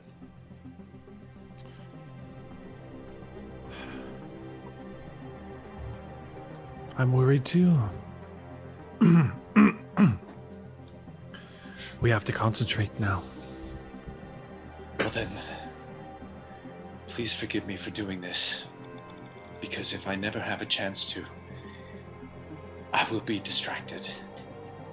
And she reaches over and she kisses you. Oh. If something happens to my soul, you know who it's indebted to. Please find me. I will tear apart the fabric of this plane before I let it have you. You can actually have see my word. a tear coming down the side of her face. Typhon, as you're enjoying this tender moment, the analytical part of your mind cannot stop thinking. You weigh the odds. You do the math. Based on your current strength, your chances of survival against what is coming are slim to none. In order to succeed, you will all have to be fresh. Oh, okay.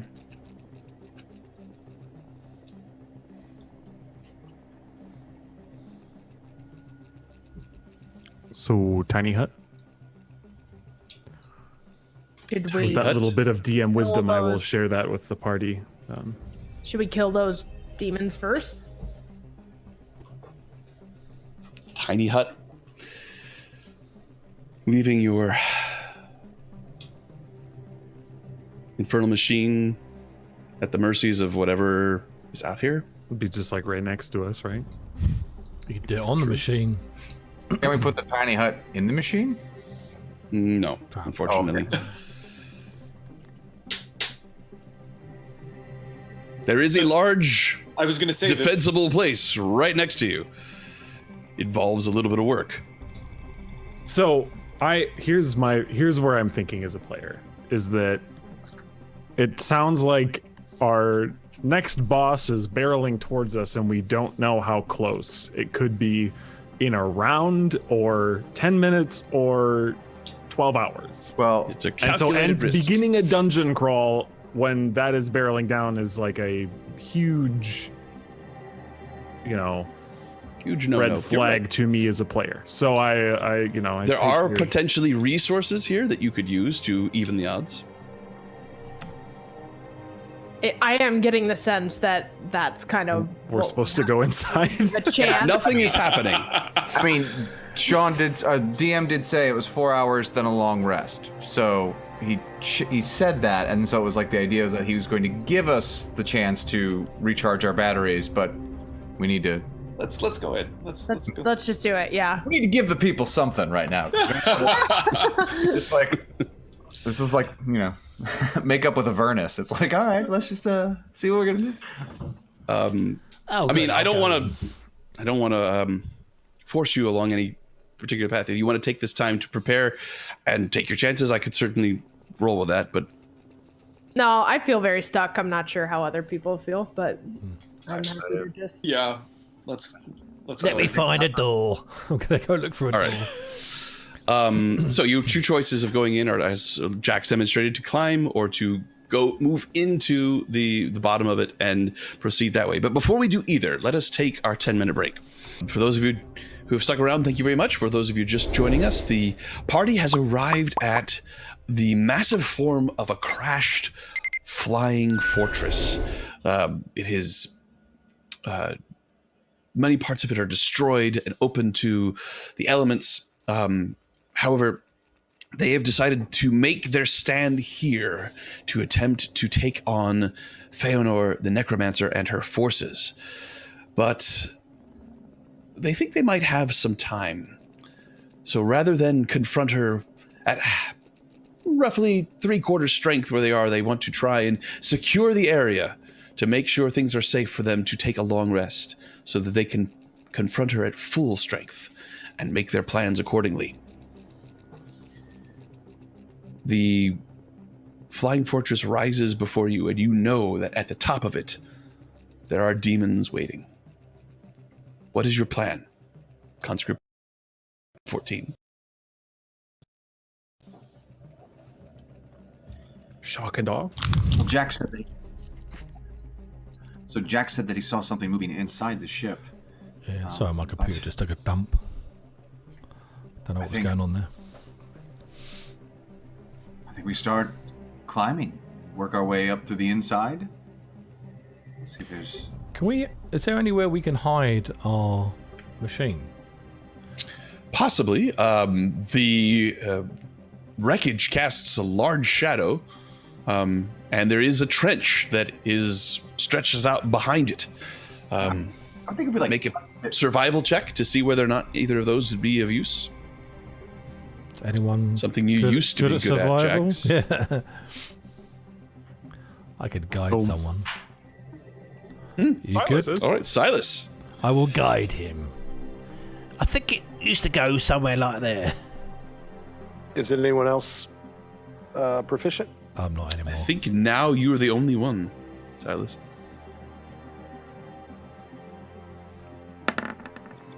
You have guidance as 14, well. And you may roll a d4 for your guidance. Ooh. Hey. 18. Nice. You think your best bet is going to be actually to go into the trench and have the bloodstone at an angle.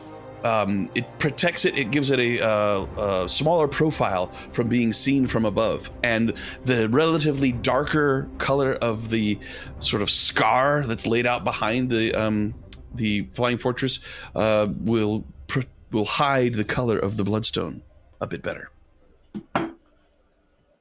So, is that what you do? Yes, I will. Well, how does it go? Burn through the witches and drag through the ditches and... Indeed. Something? You move the bloodstone into the lee of the stone. The lee of the wrecked flying fortress. You feel fairly confident that with it on its side showing a thinner profile, that it will be safe, at least for the time being.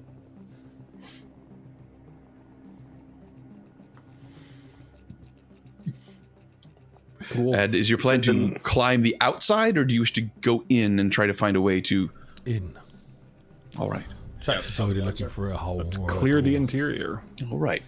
So you step in. There are many holes here on the bottom. Some of them, Jax, with your passive perception, it's clear were worked to be made larger by some sort of machine or something. Sort of peeled back. You creep inside. The interior is dark. And there is a a sense of being inside the carcass of a huge dead creature, similar to when you are inside the Bloodstone, when it is not on or when it is not powered. However, there may be other sources of energy somewhere in this ship, but at least on this bottom level, everything appears to be inert. Debris, wreckage. Although, Eastlyn, you as well, the burglar in you, looking around, you instantly know this has been picked clean. There is nothing here. You see numerous places where wreckage and machinery has been pushed together to form ladders or ramps that lead up to the top. There is, in the very center of this deck, a 10-foot wide tube that is just going from floor to ceiling. Does it look like anybody's made have battles been fought within here? Are there places where people have like looked for defensible positions? Make a perception check. And these apertures are static. They're not telescoping in any way. Correct. Just an 8. Just an 8. It's possible. However, any sort of evidence of battle or anything like that, bodies, that sort of thing, you don't see any signs of that. It's possible some of these structures were constructed to sort of provide defensible positions, but it's difficult for you to be able to tell. I'm just keeping aware of anything hiding in the shadows. You do a look around. Doesn't appear to be anything. Passive perception, you do see on this tube leading up or leading down, just in the middle, this giant pipe. There appears to be an access hatch. Oh, look what I found. How big is it? Okay. Big enough for a person to get inside. Shall I go first? Does it seem... So, as we're looking at this, obviously an access hatch is what we're looking at, but does it seem like this is like a maintenance hatch to get like sideways into it, or assuming this is a vehicle, a vessel of war, you would think that there would be main passageways and thoroughfares for troops and squads to move in and out. So indeed, make an insight check, I suppose, would be the right one here. Okay. And you don't have any further. Actually, anybody who's trained in vehicles would potentially be able to make a check with this. Yeah, Silas, you're trained in vehicles, correct? Also, make an insight check and add your proficiency modifier. Insight with proficiency. Unless you're already skilled at insight. No. Do 20. Plus. Excellent. Looking around here, Silas, this is a very strange machine.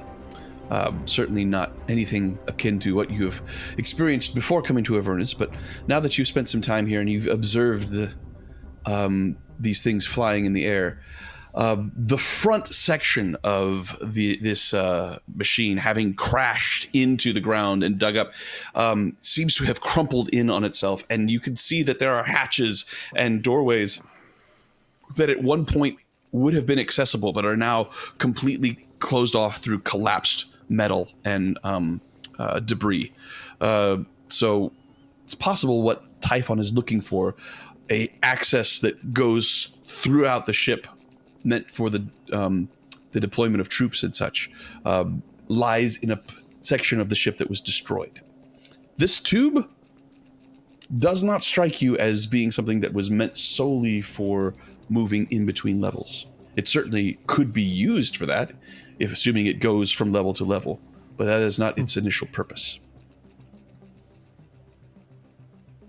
Am I able to determine from any sort of characteristics or marks what its primary purpose would have been? Perhaps burn marks, scratch marks, From the outside, it just looks like a pipe. I can imagine it. Have you seen them on building sites where they got them on the outside? They throw rubbish down it, and it is Oh yeah. like a chute. It could be. If I move in and look inside, You might have a better shot. The 20. 24. 24. that was before I added whatever bonus. The power required to move your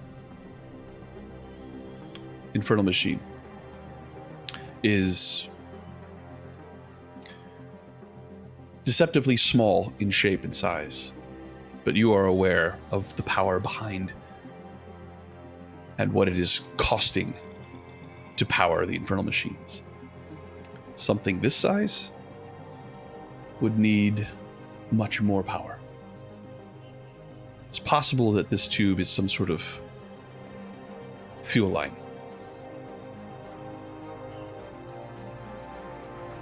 I share that with everyone, that especially Typhon looking for access. This may be more of an exhaust of some kind, an outlet, rather than access. I see. But it's the only way we've seen up or down so far. From this first level, it's clear that people have been in here before you, and they have moved machinery and bits and pieces of the wreckage to create access to the next level, at least.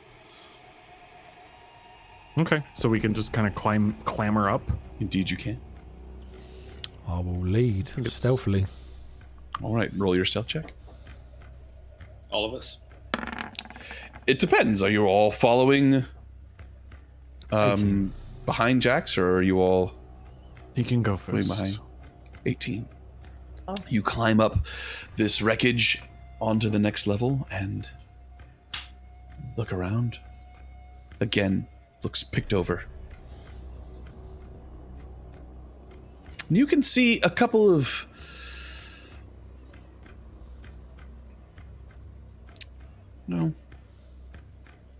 hard to describe areas where people have moved wreckage with an obvious view of this opening, perhaps providing cover for those protecting their salvage. The correct word escapes me for the moment. But it looks like somebody here created a defensible position. Barricaded. Barricaded, thank you, yes. Do I see anything with my passive of 21? Settled? Make a perception check, Silas. And what was that, Jax? Do I see anything with a passive of 21? Nothing moving. Looking around, Silas, you put your foot down, and sand and dirt brought in by the winds from outside scatters, and you see that the only footprints you can see are those left by Jax moving ahead of you.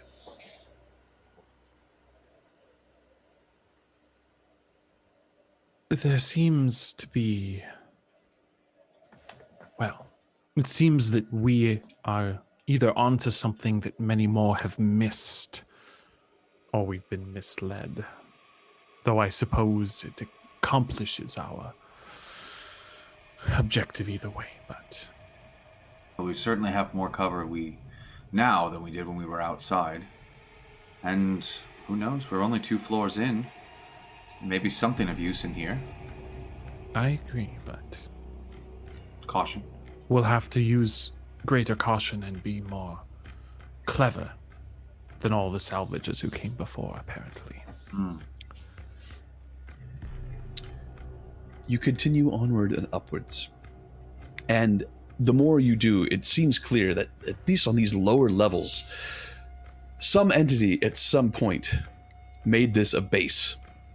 There are rooms that have been created using the natural chambers of the interior of the ship, augmented with wreckage and debris, and easily accessible passages moving up through these lower levels. However, when you get 20 levels up, it ends. And in order to get to the next level, you will either have to climb along the outside of the ship or find some other means of going up.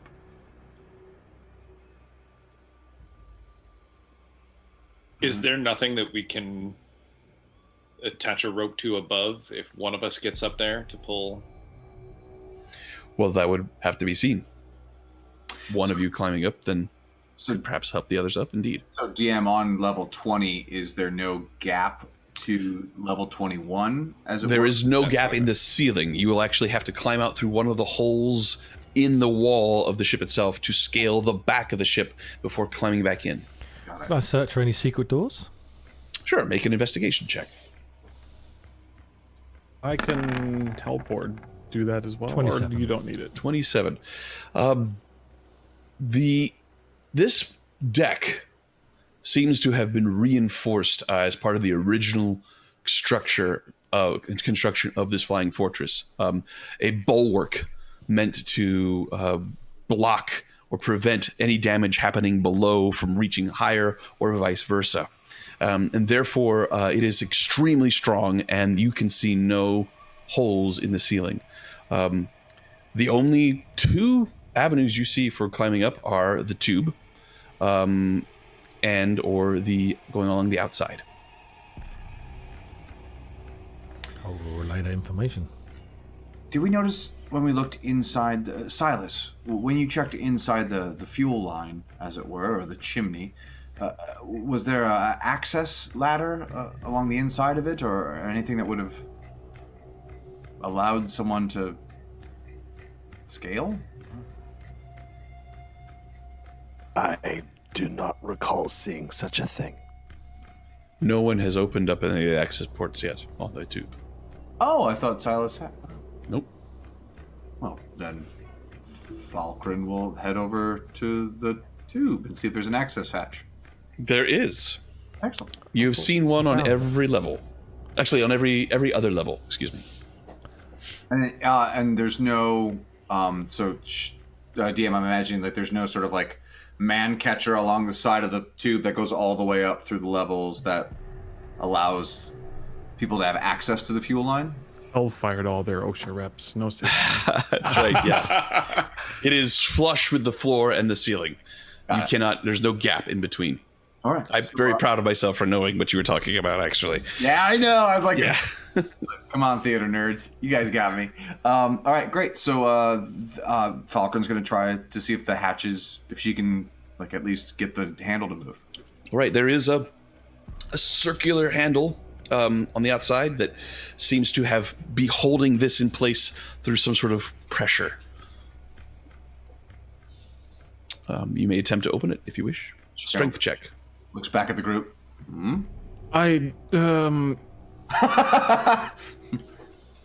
Didn't we determine that this could be a fuel line or something? Probably long since deactivated. Yeah, and so we've seen what fuels things in Avernus. This thing clearly isn't. Either nothing else here that picked this place clean was smart enough to try this, or they were all smarter and knew that this was dangerous. We have to pick one. I am leaning towards the latter. There's a ladder? There's things out there, Typhon. The higher we get, the easier it will be for them to see us. Well, we're going Perhaps to have to... if we got too close and one of those damnable coins started reacting. Hell with it. Strength check. But it would still would have been, let's see, a 4 plus. Whoa. Well, would have been. It still would have been an 11 which is enough. Surprisingly, spins, easy to move. It appears to be unlocked. All right, everyone, stand back and around the tube. And then Falkrunn. So, like, DM, is that? Am I feeling like? I'm imagining like pressure, as if like there's. The pressure was as a result of the thing that was screwing it in. Okay. Yeah. Okay. So now that sort of the door is relatively easy to move a little bit. Mm-hmm. Standing very far back. Okay. So the loot just blows you all out. Do you open it? Like a backdraft moment where it's just. Yeah. Anyway, so. Do you open it? So cracking the door open a little bit. Right.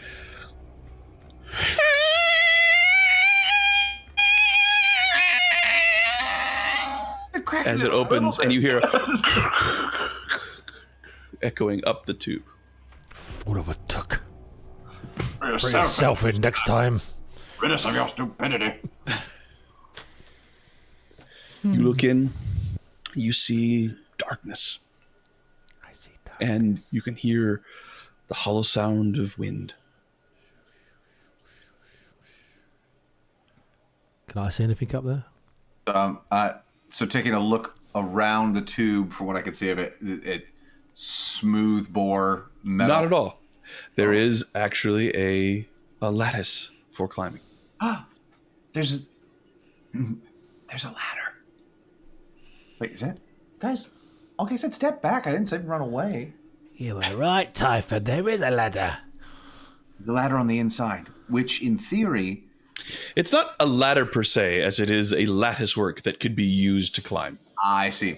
DM, on the inside of the door, is there a way to open the hatch from the inside? It does indeed appear to be a two-way hatch. Okay. So in theory, since there's the hatch on the inside of the door, we could climb up the next level and then try to open the hatch on that side. Though we'd have to climb either way. But at least in here, I don't see any devils. And Jax, do you want to back me up? Definitely no devils in here. See? No devils. Off you go then. Oh, you want me to go first? Okay. Yeah, I mean, well, you're this. I mean, plate now. This. Well, I think stealth went out the window when you opened that door. I don't know if you remember what noise it made. At least I found a door. That's a big improvement. Hmm? Well, Shall we continue then? I'll head up stealthily. All right, roll your stealth check. 31. 31. So Jax climbs in, and as Falkrunn reported, there is a lattice work. It is much easier to climb this than it was on the outside, and you were able to move at half your speed up alongside the interior of this very dark and seemingly unending tube. You move up 10 feet, 20 feet, and based on the size of the levels that you've been going up, that should mean that you are now level with another level, but there is no hatch. But then you recall that you saw a hatch every 2 levels on your way up. So you continue up. Those of you who have dark vision are able to look and see Jax moving up, but once he reaches a certain distance, you are not able to see him either. You get to 40 feet up, Jax, and there is a hatch. I'll have a listen at it. Make a perception check. DM at 40 feet. Do I still see him? In 60 foot of dark vision? I do. Yeah. All right. 26. Seems to be quiet outside, Jax. It's quiet outside.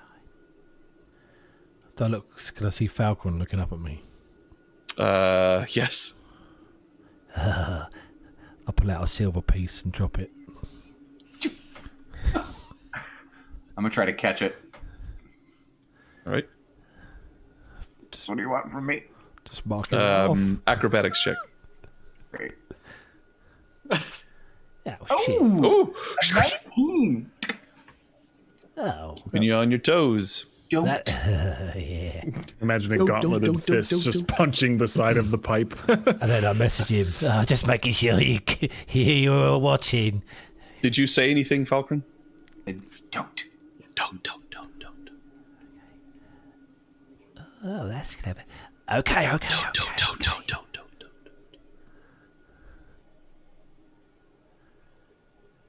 say it Fascinating. twice. Just waiting for one more. I will try to open. Make a Can I strength do check. it stealthily? Can I like try to use my thieves' tools and maybe? Sure. Use your thieves' tools.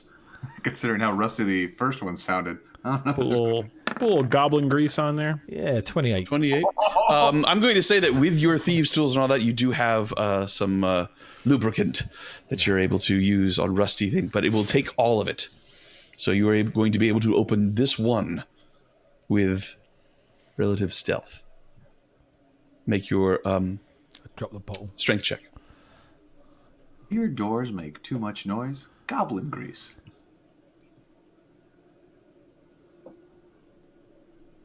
Strength check. So I did press it.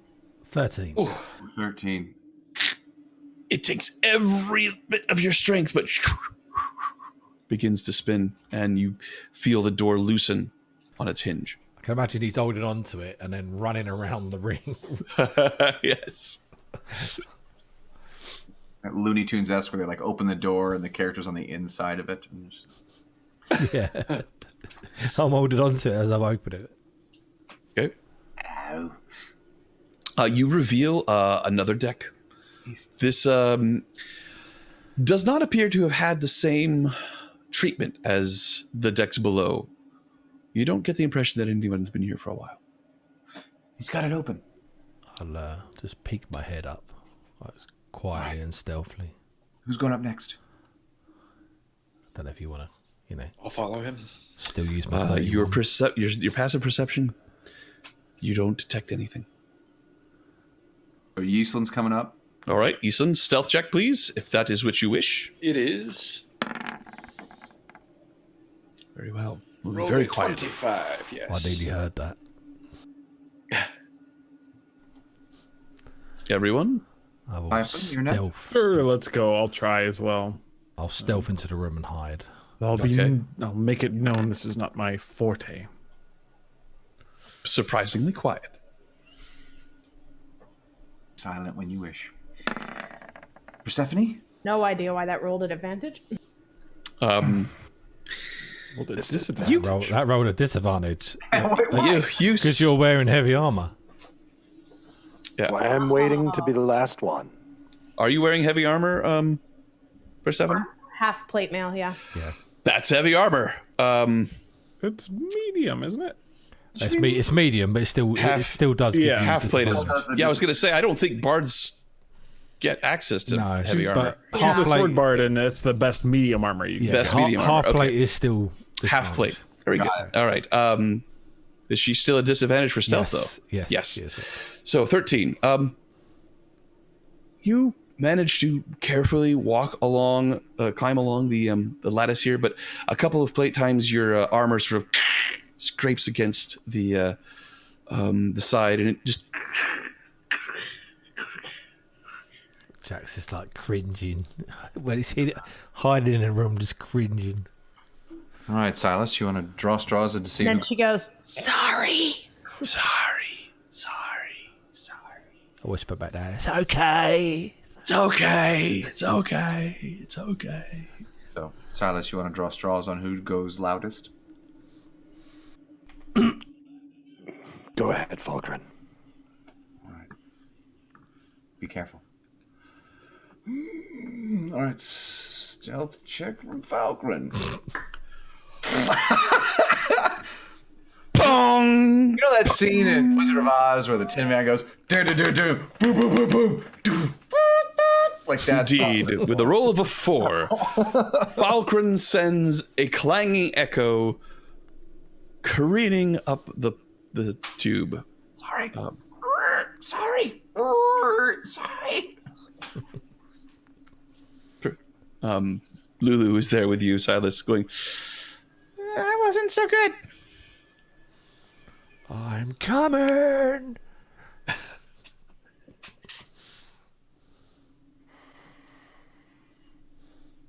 Who's left? Oh. and just as loud, Tied king, kong, kong, king, kong, as Silas climbs. The group of you begin your ascent. And Lulu comes at the very back, flying along back. You climb 10 feet, 20 feet. And as you reach 20 feet, you begin to feel a vibration underneath your hands, feet.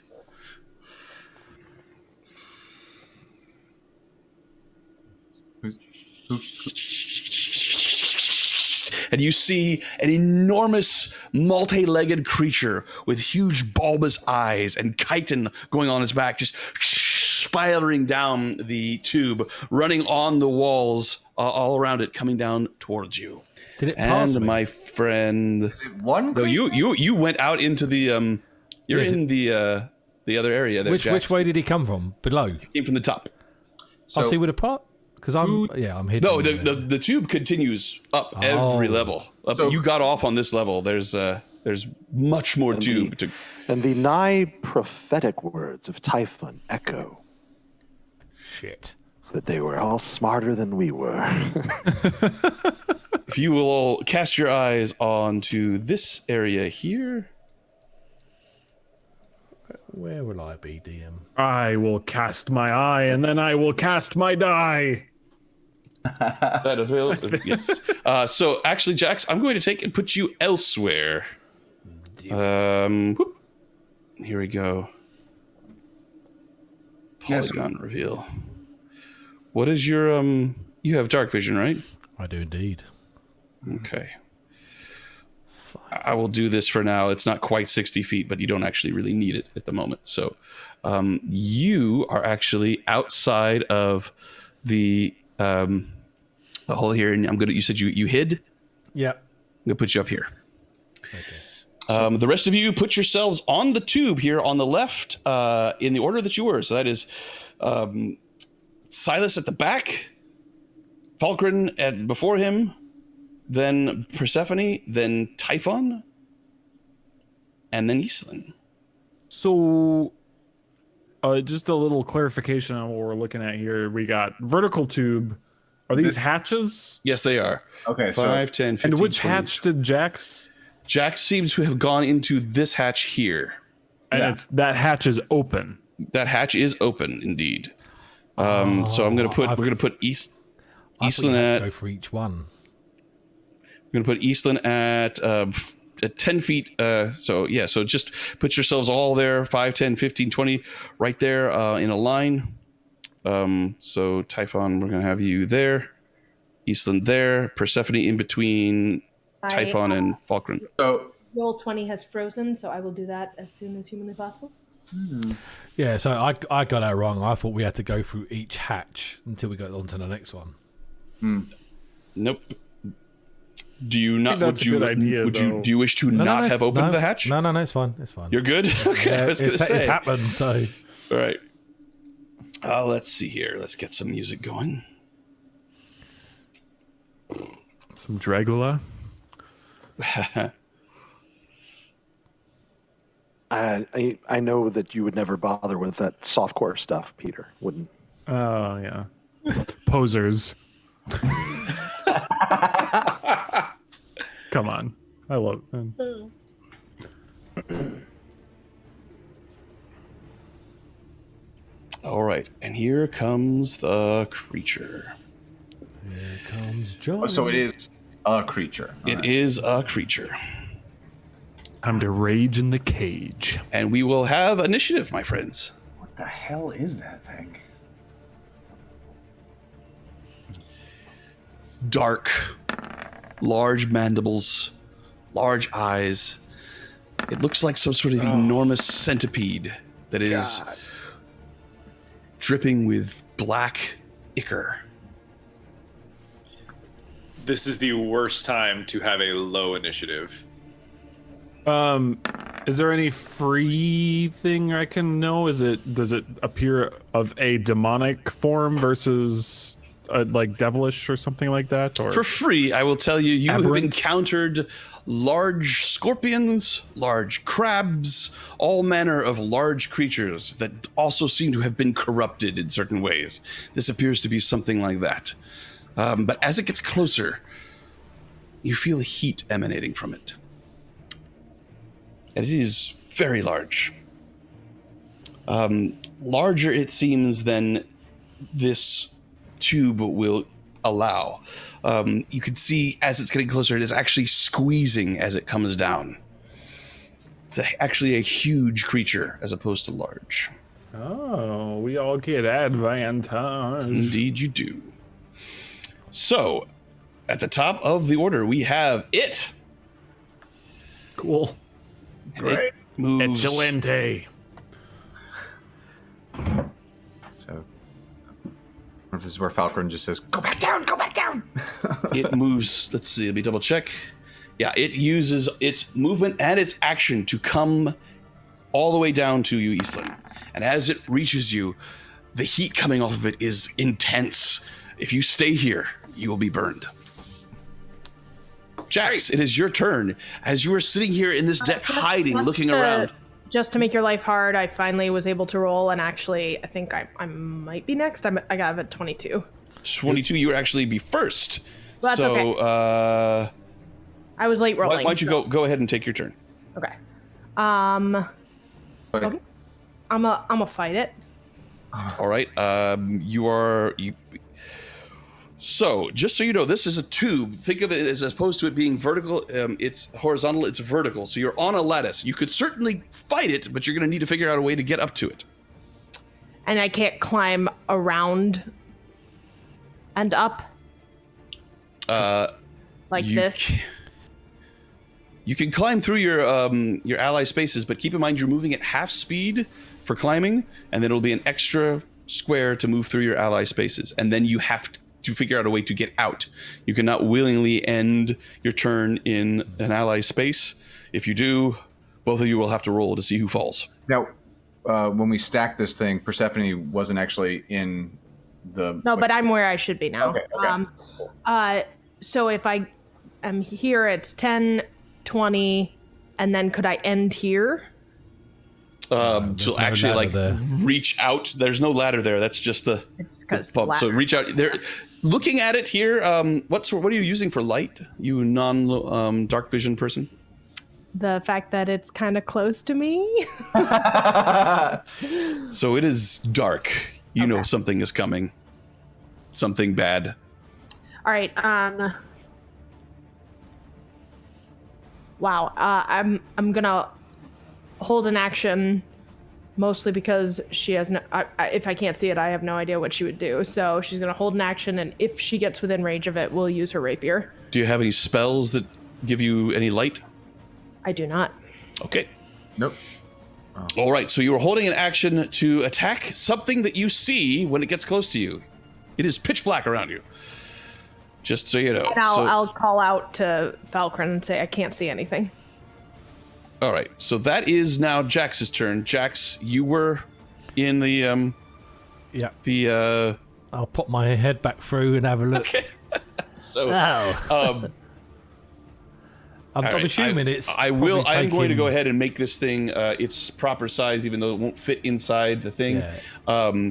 Just because it's that long. So you pop in just in time to see the hindquarters of this huge creature, and as you come out there, it is extremely, extremely hot. I'm assuming I can attack it through the hole.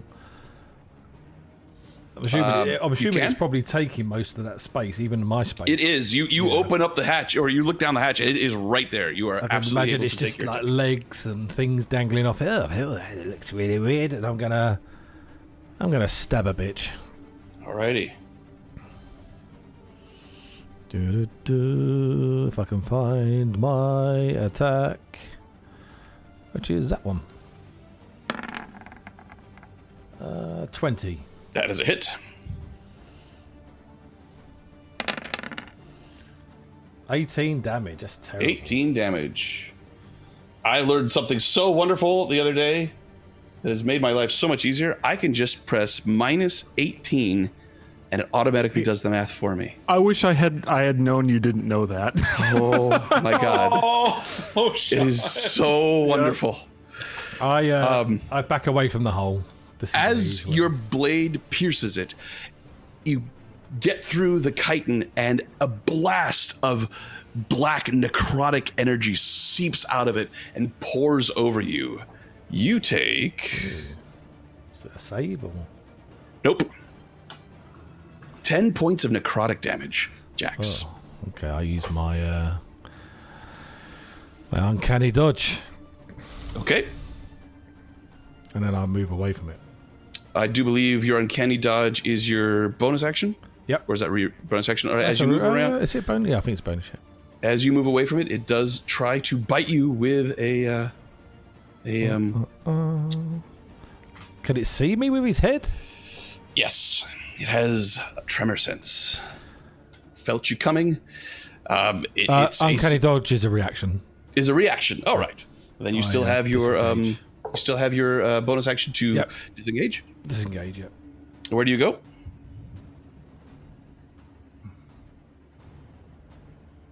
Jax, where do you go? Oh, sorry. I go back into the room, but so I can still see it through the hole. Okay. Back into the room, still see it through the hole. Gotcha. Yeah.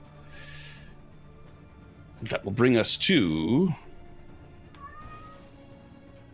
Typhon.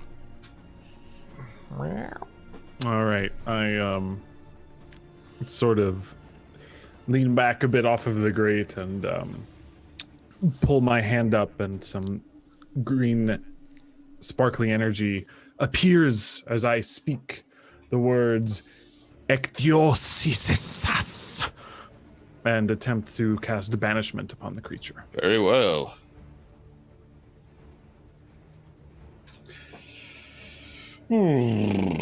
Charisma save. Correct. It begins to disappears. Everybody in the room. Quick. Fuck out of the tube! And I will, can I use the rest of my turn to get up there, or just most of the way? So you're moving at half speed. Yep. And you, So all I can do is potentially get past Eastland. Yes. Okay. Then that is what I will do. All right. Is Jax at the hatch or whatever? Okay. Yes, Jax is at the hatch. I don't know if it will reappear or not, but we should get into better footing. Mm-hmm. So, with it no longer here, we will keep this initiative order, but there's nothing that's going to impede you all from getting into the room. Let's get in the room. Absolutely. Dash Yes, up yes. there. Is there anything interesting in the room? We will find out, won't we? There is not. Very burny. So I'm going to go ahead and put you all there, gathering around this thing. Banishment. Ruins perfectly interesting encounters. Let's see. So you say ruins, I say solves. I'll move it away from the hole. It's very useful. Wizards, man. Wizards, man. When it works. No, A pretty high failed. chance of working, actually, to be perfectly honest. I was right there. Well, with I'm lucky because I feel like the last couple I've had. Yeah. Well, the last couple you've done have had advantage, but not this one. Good to know.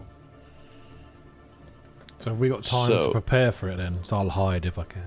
Yeah, you've got 10 rounds, if it is in fact coming back. Oh, be careful. Do I have a feeling if it's coming back or not? Make an Arcana check. Can I use that as an action in one of our 10 free rounds we get? Mm-hmm. All right, Arcana check. Nope. 17. 17. You got the sense that it is native to this plane. Okay. All right. So, do we think it can fit through the porthole? Based on the size of the porthole that you see and the size of it was squeezing to come down through this pipe. Right. Yeah, that's what I thought. You do not think that it could make it through this porthole. Where is Does the anything hole? look interesting on this level? Make a perception check. Should we just go higher? Well, it's not here. I can investigate it. We've only got like 9 more rounds left. Right, I mean, we've got that's seconds to make the decision. to make your decision. So we're going to go basically. That's So why you I'm come rolling. in, Yeah. make a perception check. Looking around, it appears to be untouched. This is an area that nobody else has seen. There could be stuff here worth checking out, but it will take time, precious time that you don't have, in order to Seal it off. Seal it off. We'll figure out another way up. Good with that. All right, so over the next few moments, you close the hatch, you seal it as best you can. Somebody's welcome to make a strength check to see how tightly you can close the hatch. Falkrunn will make the strength check. A 20. 20. You put a little extra dwarven elbow grease in there to combat that goblin grease, and you just lock it down. You feel it's as tightly closed as you can make it. Okay. It's about as snug as a dwarf in a bottle.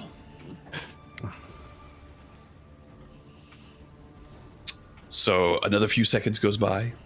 Does anybody have anything they want to do before Typhon's spell searching. ends? Searching. Searching. Make an investigation check.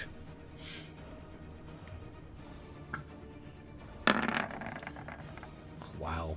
17. 17. You're looking around. Nothing catches your eye.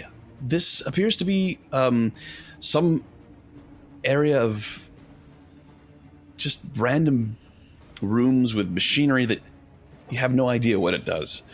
But you look around on the floor and on the ceilings and on the walls, and there's sort of like a viscous track of slime moving and crisscrossing around here. Sort of like what might be left behind a giant snail. Oh, that's disgusting. Look. Oh, you can't, because you can't see, can you? Persephone, do you do anything to fix that? Can I? Do you have a torch or a lantern? Here, Falkrunn walks over to Persephone and says, "All right, I don't want to cast light on anything you're carrying because I'm worried that will then just make you a target. But I have to be able to see. fair enough." Falkrunn touches. Doesn't my weapon shed dim light in a 30-foot radius? It does. Yeah. Oh, okay. Does indeed. Well, Yes. then I guess I'm okay. My eyes have adjusted. I was like, oh, no, actually, it's okay. Yes. Well remembered, Silas. In the tunnel, there were bodies between us. Right. Here, it's So I out in the will open. henceforth be sticking near Silas. Very well. See. I will So, take a I moment. point out the slime to people. I'll touch your rapier, Persephone, and cast light on it. Oh, well, then. Well, I do whatever I would want. that would expend the moonblade.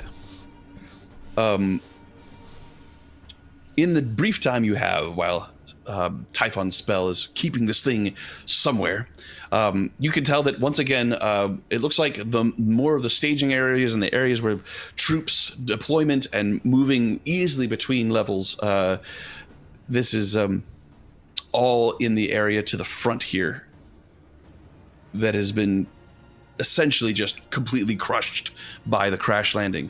In the back, let me just go ahead and reveal a bit more here. You are able to look out and see far below the plains of Avernus, and I should point out also, by the way, while I'm thinking about it, this is also a Pogs Props map.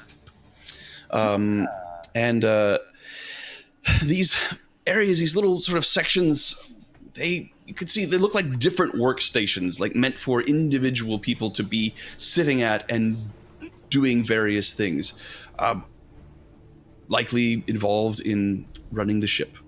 But it's so alien to anything that you've ever witnessed. It seems very difficult to determine what exactly is going here, especially since it all appears to be broken. This one looks fun.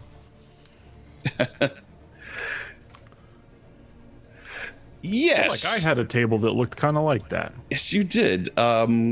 Looking over there, you gather it somewhat some sort of infirmary, although it's just the one table, which is weird. At any rate, at the end of 10 rounds, the spell ends, and you hear a shaking sound that comes from within the tube.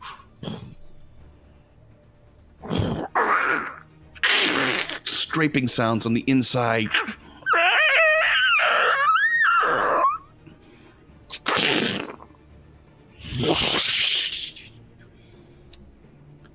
And the sounds of the creature vanish upwards. It was insectoid for disappointment. Ooh. I don't get it. But look at this big slime here. Okay, let's see if we can find this creature. I don't know if we need to hunt out every creature in the ship. There might be something in here. We can't see it. It's like a prosthetic leg over here. Anyway, sorry. This prosthetic leg, as you look at it, make an Arcana check. Oh, cool.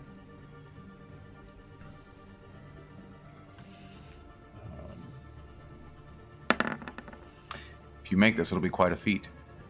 You have heard of different kinds of constructs, golems, that can be constructed from various materials. Whether or not this was a piece of something that was left here from some long ago battle, a piece that was part of a storeroom or stash, that there is another place within the vessel that has many of these things that are in construction, or just something that somebody had on them that they dropped in a desperate attempt to abandon the ship before it crashed. You don't have any idea, but you would bet that this is a part of a golem. Golem, you say? Of some sort. Is it made of precious metals, maybe? Make an investigation check. Okay. It's a golem. I A could probably golem. make a- Oh, right. I could probably make a trap. I need that thing over there, that one there, and that guy's leg. No, my 12 check's not going high. There are... it's definitely made of metal, but the way it's tarnished and constructed and difficult to see just by looking at it if it's precious or not. I think prosthetics are the future, so I want to keep this as, All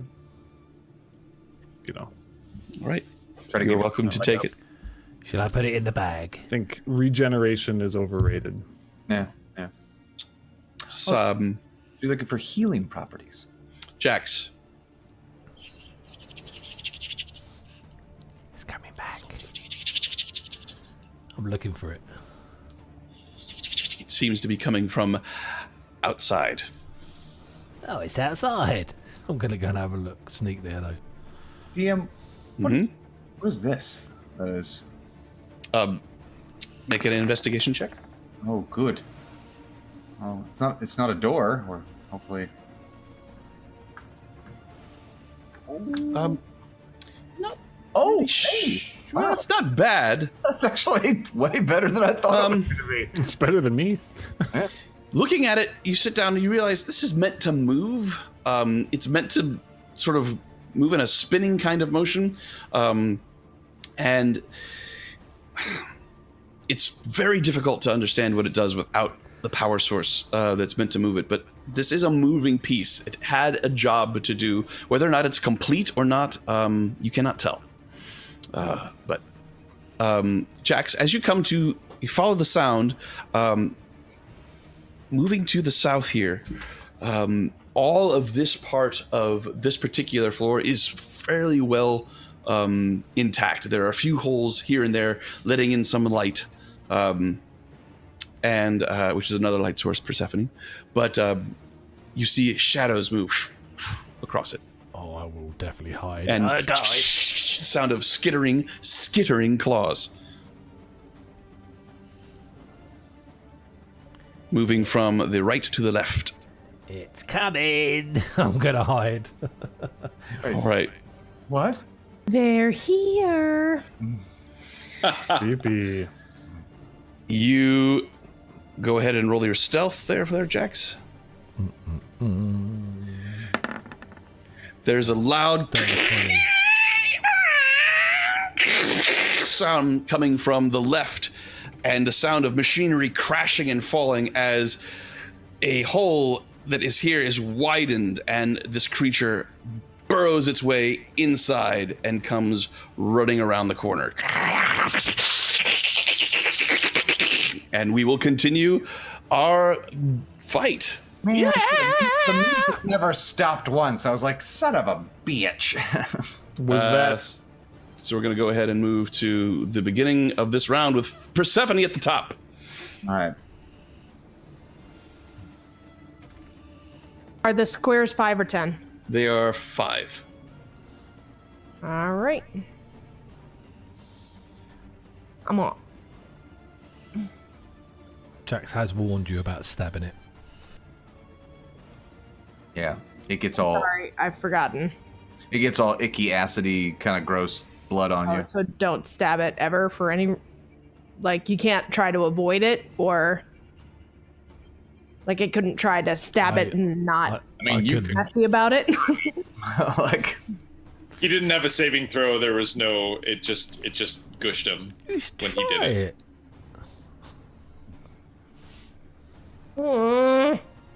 advantage on poison. On poison saves.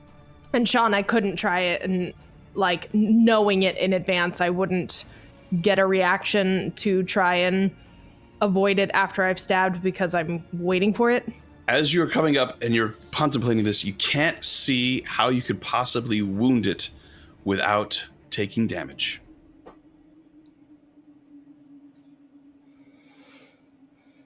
Mother effer. Okay. I did not move then. If that's okay. Yes. And Concerned DM is concerned. I'm going to use Scorching Ray.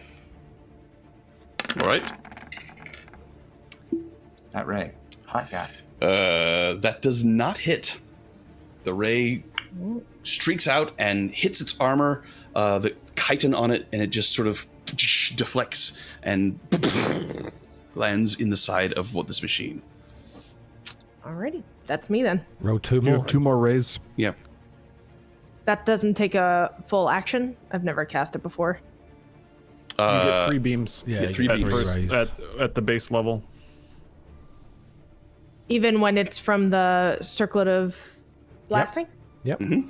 Yeah. All right. I'm not exactly sure how to roll it again because the button no longer... Go You to your, can it should roll be under 2d20s. your actions, I think. There you go. So 8 plus... damage. That was That was damage. Oh, no, that That's was damage. Yep.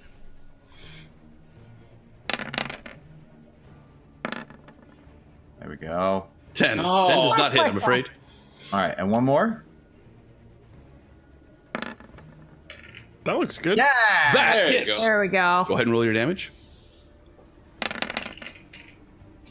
A whopping 9 points, maybe. As Fortune Ray, you're right. as the fire cascades over its body, you don't see any signs of damage. Uh-oh. I'm like, hey guys, don't use fire. I had a feeling that was happening. Don't stab it. Don't use fire. This thing sucks. Don't look at it. Don't smell it. He comes charging forward and attacks Eastland, moving to there. it reaches down with these humongous mandibles, and as it opens its mouth, you feel the heat coming off of the inside of its mouth, but the heat has a quality of carrion and decay and corruption to it. It hits AC 29. That's a hit. Yes, it is. 29. You take 22 points of piercing damage, plus 10 points of necrotic damage, and you are grappled until the end of its next turn, unless you make your save on your turn. That is its turn. Let's see. Let me double check here.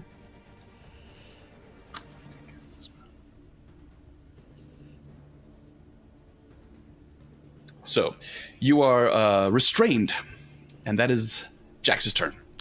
I'm assuming it didn't see me with a dex of 20, stealth of 20. You are correct. Correct. Did not see you. It doesn't see anything. I hit 24. 24 is a hit. I don't know why it's rolling twice. Gonna get its goo all over me, dude. Sorry, mate. 31 damage. 31 damage as the blast hits it. Its fire insides come spraying out. Let's see. We're gonna roll. I hit it in the back, so. Well, we're gonna assign a roll to it. It sprays out to the south and does not hit anybody. The damage was 31. 31. Got it. Fury of the Small, 40. Total? Yeah, Nice. total, yeah. Very good. And then I will bonus action hide. All right, Typhon. 25 stealth. All right. So anyway, I cast Astrapi, lightning bolt. Lightning bolt. That's it. Well, that was a good one. Yes, it is. That's a dexterity save? Correct. Ooh, it failed big time. Lightning. 29 points of lightning damage. Just sort of much like the picture you see here, just begins to cascade all around its form, and it thrashes back and forth, holding on to Eastland in its mouth. This large dragonborn just.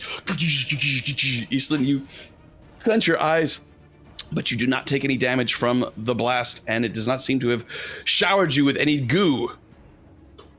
Good. Anything else, Typhon? Nope. I'll just finish. Silas Kon. Let's go stab it. So, a point of clarification: is this the tube we came out of? Yes. Okay, so I can't just cast through here. Indeed, you cannot. Thank you for that, Typhon. Okay. You would have had to have moved. All right, if I can try and reconstruct it as much as I can, I believe I started my turn here. 1, 2, 3. Looks like I can get the same angle-ish Yeah, to you're avoid good. her. Yes. And then 1, 2, 3. Is that cool with you? It is cool. Cool. All right, thanks. Go stab it, Silas. Just misses Jax. Oh, he juked. He is That's You range. did. the Duke of Earl. Ah, AD spamming and roll 20. Stab. And this is with your glaive, so with reach. Glaive.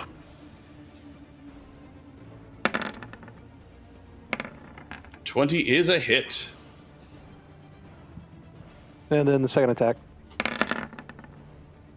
16. 16, unfortunately, it does not hit. First blade, you bring it in and you manage to find an opening inside the chitin and you rip it out, and black ichor and this sort of heated dark energy spills out and falls at your feet. You're not close enough to take damage from it. The second blade, second attack, as you see this puddle in front of you, you sort of take a step back from it instinctively and slash and go wide. Are we Action not getting surge. advantage on these because of hugeness? There's no such thing. I guess I must have totally misheard earlier. That's when he Sorry. was squeezing. Yeah, it's when it was in the little pipe. Action surge. Take your other action there, Silas. And I'm going to apply a bit of precision. Very well.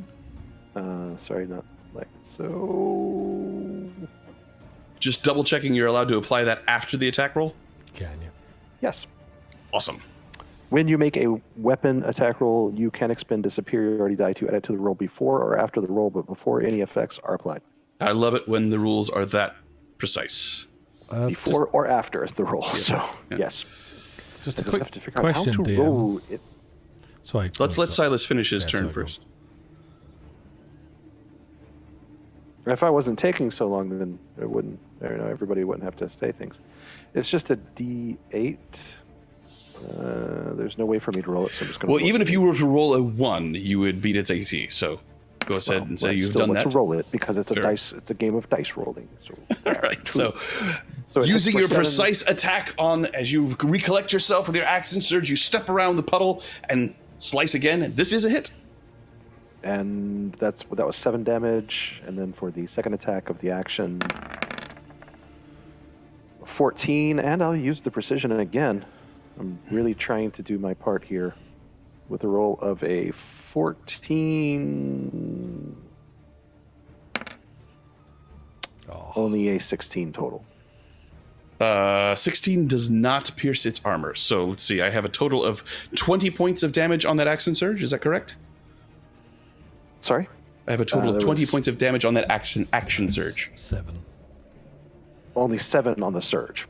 Only 7 on the surge. And that's your second attack, I see. Yeah. Yes.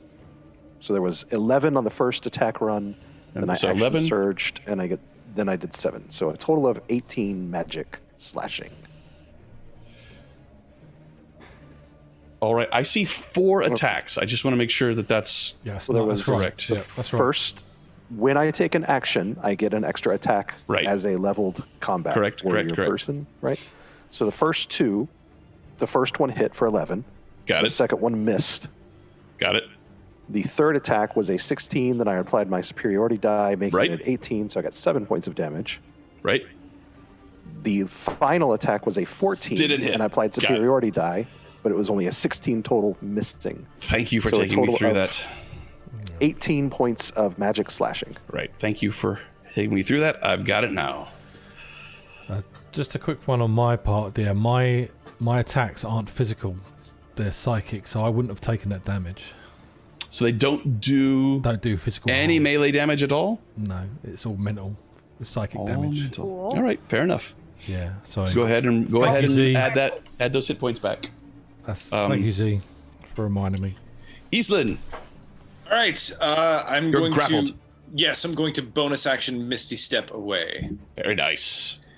and then I will shoot it twice. Shooter! Yes. 25 is a hit. Pause. Oh, that's a crappy sneak attack. 15. It's 15. The blow hits it. Nobody's within 5 feet, so there's no point in rolling as more of its ichor just spreads out around. And attack number 2. Number 2. Do you get sneak attack there? I mean, wait, is it engaged with? It's engaged with Silas. Silas, yeah. yeah. And that is a critical miss. It is indeed. I didn't know if it was End like a of my boom or turn. a blade thing. Falkrunn. Falkrunn is going to throw the Javelin of Lightning. Very good. Because, with a 21 to hit? That is a hit. That is a hit. And that'll be 9 piercing, and then 18 lightning damage on a hit. Very good. So that's mathing. 20. I got it. I don't need the math. I've got computers. Ha! So that'll be 27, and then It's got to make a DC 13 save though. no, it doesn't. That's only if it's a creature that in the Oh. path of the lightning bolt. The creature you throw it at, you just got to hit it. Just takes it. So the javelin shoots out, and as it does, this lightning bolt extends from Falkrunn's hand. The javelin hits, embeds itself deep inside the creature. A gout of this innards of it again spreads out. There's now a large puddle of it steaming around the thrashing body of this creature. As the lightning continues past it, it blasts the side of the flying fortress. How much damage was that, Ryan? That was 27. It's 35. That divine strike is your cleric ability. What? Your level 8 cleric ability. You get that every attack. Wait, divine strike. Yeah. You're a cleric. Cleric of That's every attack. so you only get one attack. Yeah. I get to add. Oh, that 8. I get to add that. 8. You even add that onto Quietus as well. Oh, that's what it says. Divine strike. Yeah. Is your friend. Okay, so there it is. So 27 plus the 8 is 35. Yeah. now. Sorry, I'm being a rules monkey. I'll stop. Yeah, he gets to choose whether or not to do that, by the way. But since he's only got the one attack, it makes sense for him to do it. I mean, right. It's not something that automatically happens. Got it. You do have to say that you are doing it. Well, but thank you very much for that mental jog. And then, since bonus action, I'm gonna go ahead and summon Steve the Hammer. If this thing isn't dead yet. It is not. Good. Spells and summons. Where are you, Steve? So, wing. Steve shows up on the opposite side, and let's see. Did he actually? Oh, he only rolled a 14. That doesn't hit. Does not hit, unfortunately. Sad panda Steve. All right. That will bring us to Persephone. All right, I'm going to use Dissonant Whisper on it. Dissonant Whisper. Because now that we know that Jax's attacks are psychic, that did seem to do damage, correct? It didn't like it. Okay. Here we go. What am I rolling for a save on this? That is a great question. Wisdom. I'm assuming it's wisdom. Wisdom 16. Yeah. All right. That is a fail. All right. 14 psychic damage. 14 psychic damage. You see it writhing back and forth as it knocks its head into the machinery. Nice. That's me. Alrighty. Now it is its turn. Let's see here. What will I do? I'm sorry, wait, doesn't Dissonant Whispers also have, since you failed, it has to run away? It does, doesn't it? Yeah. Right away, doesn't it? Yep. So, nice. right, it happens immediately, right? Not on its turn? That is how we did it last time, but I will read to make sure that's actually true. The creature doesn't move. Uses its reaction to move, right? Immediately uses its reaction, if available, to move as far as its speed allows away from you. Alrighty. It moves to here. Wow. And Silas, that means you get an attack of opportunity if you wish. Go for it.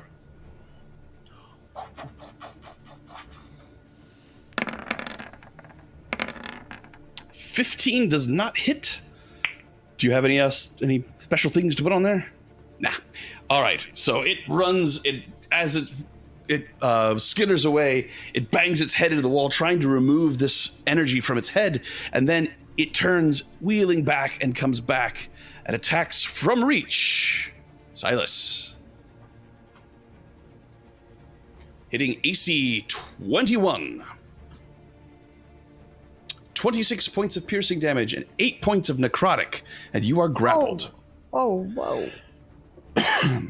As the large mandibles come down and just pull you up, and you can tell that it's attempting to actually consume you. That is the end of its turn. Jax. Okay, yeah, we'll come out of hiding. Tell us if you don't mind, I'm going to move you here. 29 to hit. 29's a hit. He gets to pull me in on the same turn. So, I mean, I guess technically it doesn't really matter if you're in his space or not. He has grappled you, so you're now like a part of him with you. But rules as written, fair enough. There's nothing to say that I didn't look up the stat block, so I don't know. Yeah.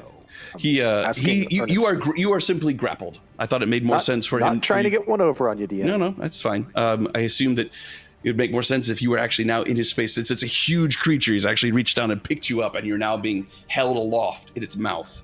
That makes sense to me, but we won't have to do that. Jax, your roll is a hit. How much damage? 23 damage. 23 damage. Gotcha. Can I duck down behind this thing and hide again, or do I need to... You can use your bonus action to hide. Yep. Yep. Stealth. 28. 28. You feel pretty hidden. That's me done. Typhon, it is your turn. Okay. Let us...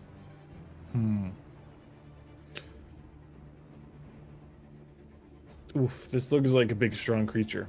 But we'll try it anyway. Can I summon... Before I say that. And the ground you can see within range. Can I still use the earthen grasp in this terrain? It doesn't specify it needs to be dirt. It just says it does you choose say a 5-foot square earthen unoccupied grasp. space on the ground you can see within range. Does that apply to this? I'm going to say yes.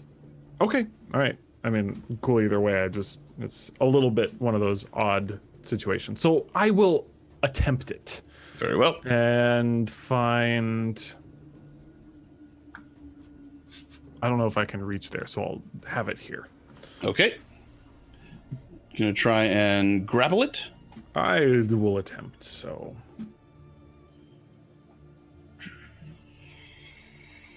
I have rolled a 22 on my... Yeah, save. that's not going to work. So... That's a shame. I'm gonna move back here. That's it for me. All right. Silas, you are grappled. Creature has you in its mandibles. What are my options, DM? You can attack it. Being grappled does not prevent you from attacking it. You can attempt to escape the grapple. That uses one of your attack actions. Or one of your attacks, I should say. Right. I'll just stab it. All right. Maybe it will decide that I'm not tasty and drop me. Since I've been poking it so very much. I am With a going roll to of a say 9, okay, yeah, well the 9 misses. But I'm going to say since it is grappling you, any attack you do make on it is going to cause you to be covered in its gore. I have to hit it first. Yes, you do. 9 does not succeed. Nor does a 10. Nor does a 10, unfortunately. So you are swinging at it wildly with Oranian, unfortunately not able to find any purchase on its body. Anything else from you, Silas? Nope, that's it. Eastlyn. Oh, I don't want to cover Silas in goo. There's a 1 in 12 chance that you will. Oh, 1 in 12. I feel pretty good about that. Okay. I'm going to scoot over here and bonus action hide. Mm-hmm. And I will shoot it. 12 probably does not beat. Do not feel very hidden from it. All right. 18, however, is a hit. 17 points of damage. Right, 17 points of damage. You roll a d12. 7 damage. It's not engaged. It's engaged with Silas. Close it is. I don't know. 1, 2, 3. So the blood squirts out over onto the earthen grasp, but not damaging anybody else. Good. Glad Steve's okay. And then I will shoot it again from behind this table. That is also a hit. And another 12. 12 points of piercing as another gout of blood shoots out. Ooh. And I'm going to say that this does hit Silas. What? Sorry, buddy. You take 10 points of necrotic damage, Silas, as the blood from Eastland's arrow pierces right above where you are being held, and blood begins to run down the creature's face and over your arm. Sorry! It is beginning to look rather ragged. You see some of the blows, the large chunks that Silas took with his glaive. He seems to have cracked one of its mandibles and just and cut away several legs.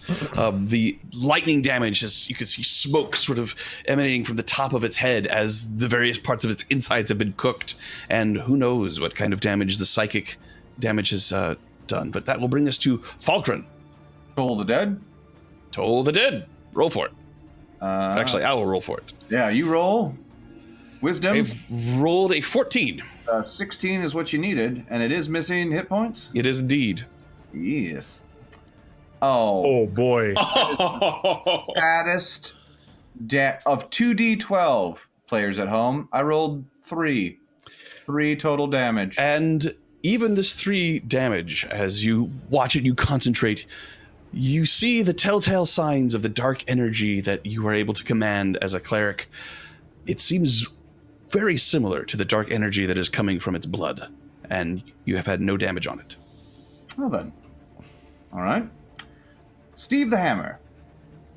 Oh, with another 14. Afraid 14 does not succeed. He's not showing up today. He's really scared, okay? All right, and that's me. That'll bring us to Persephone. Okay. All right.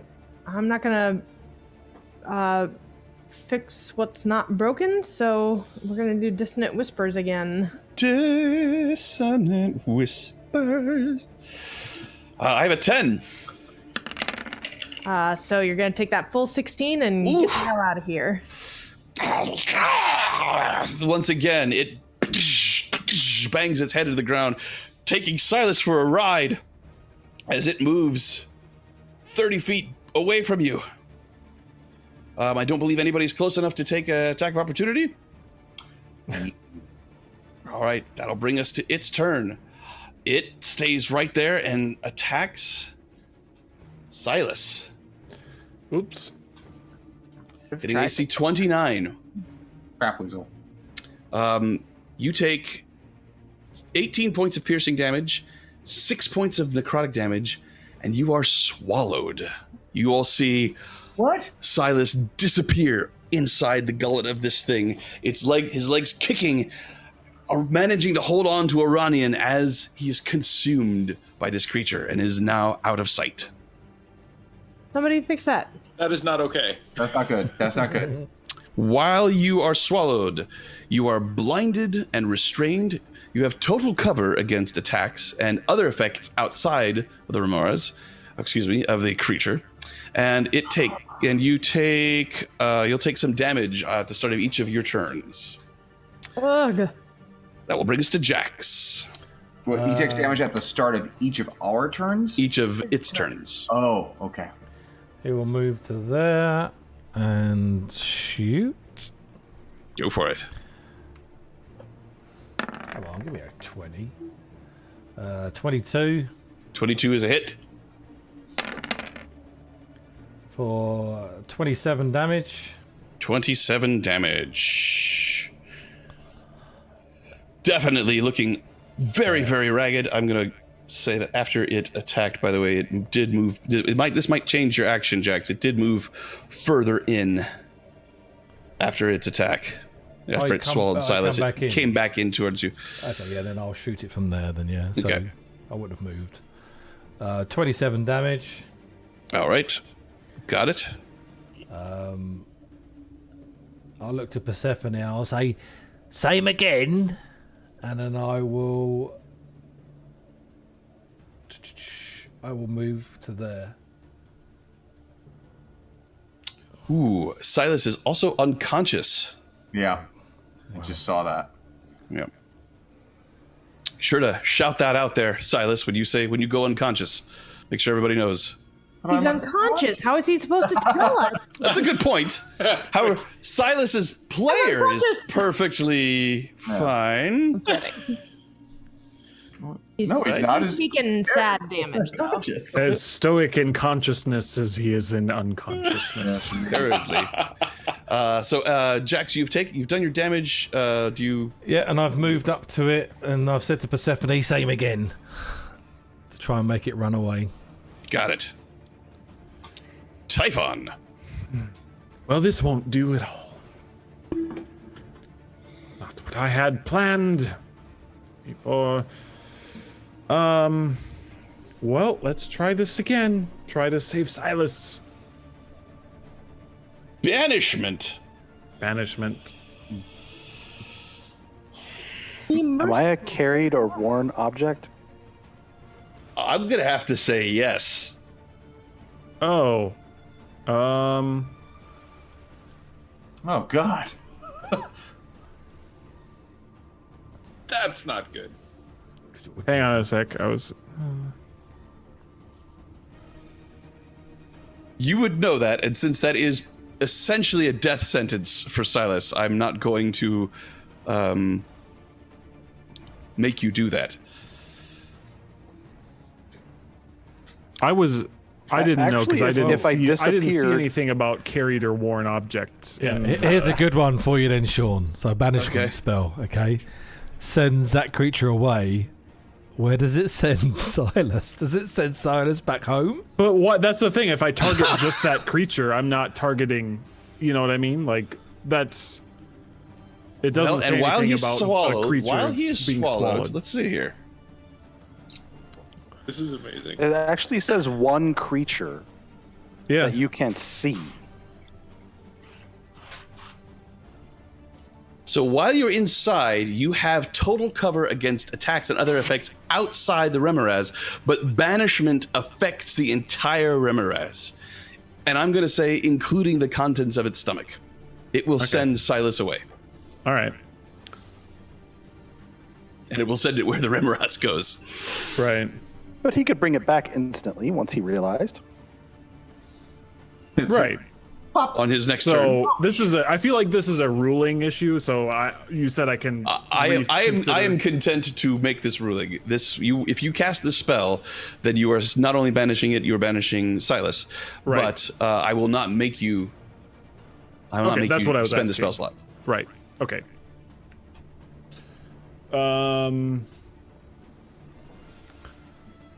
So he has complete cover.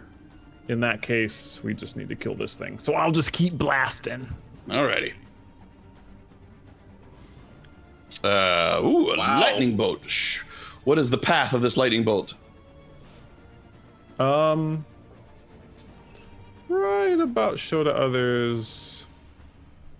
Just right about like that. Okay, that will definitely take it. And I'm pretty sure, yeah, even if it makes, which it did with an 18, however, half of 28 is 14, the blast of this damage comes alongside of it, and the creature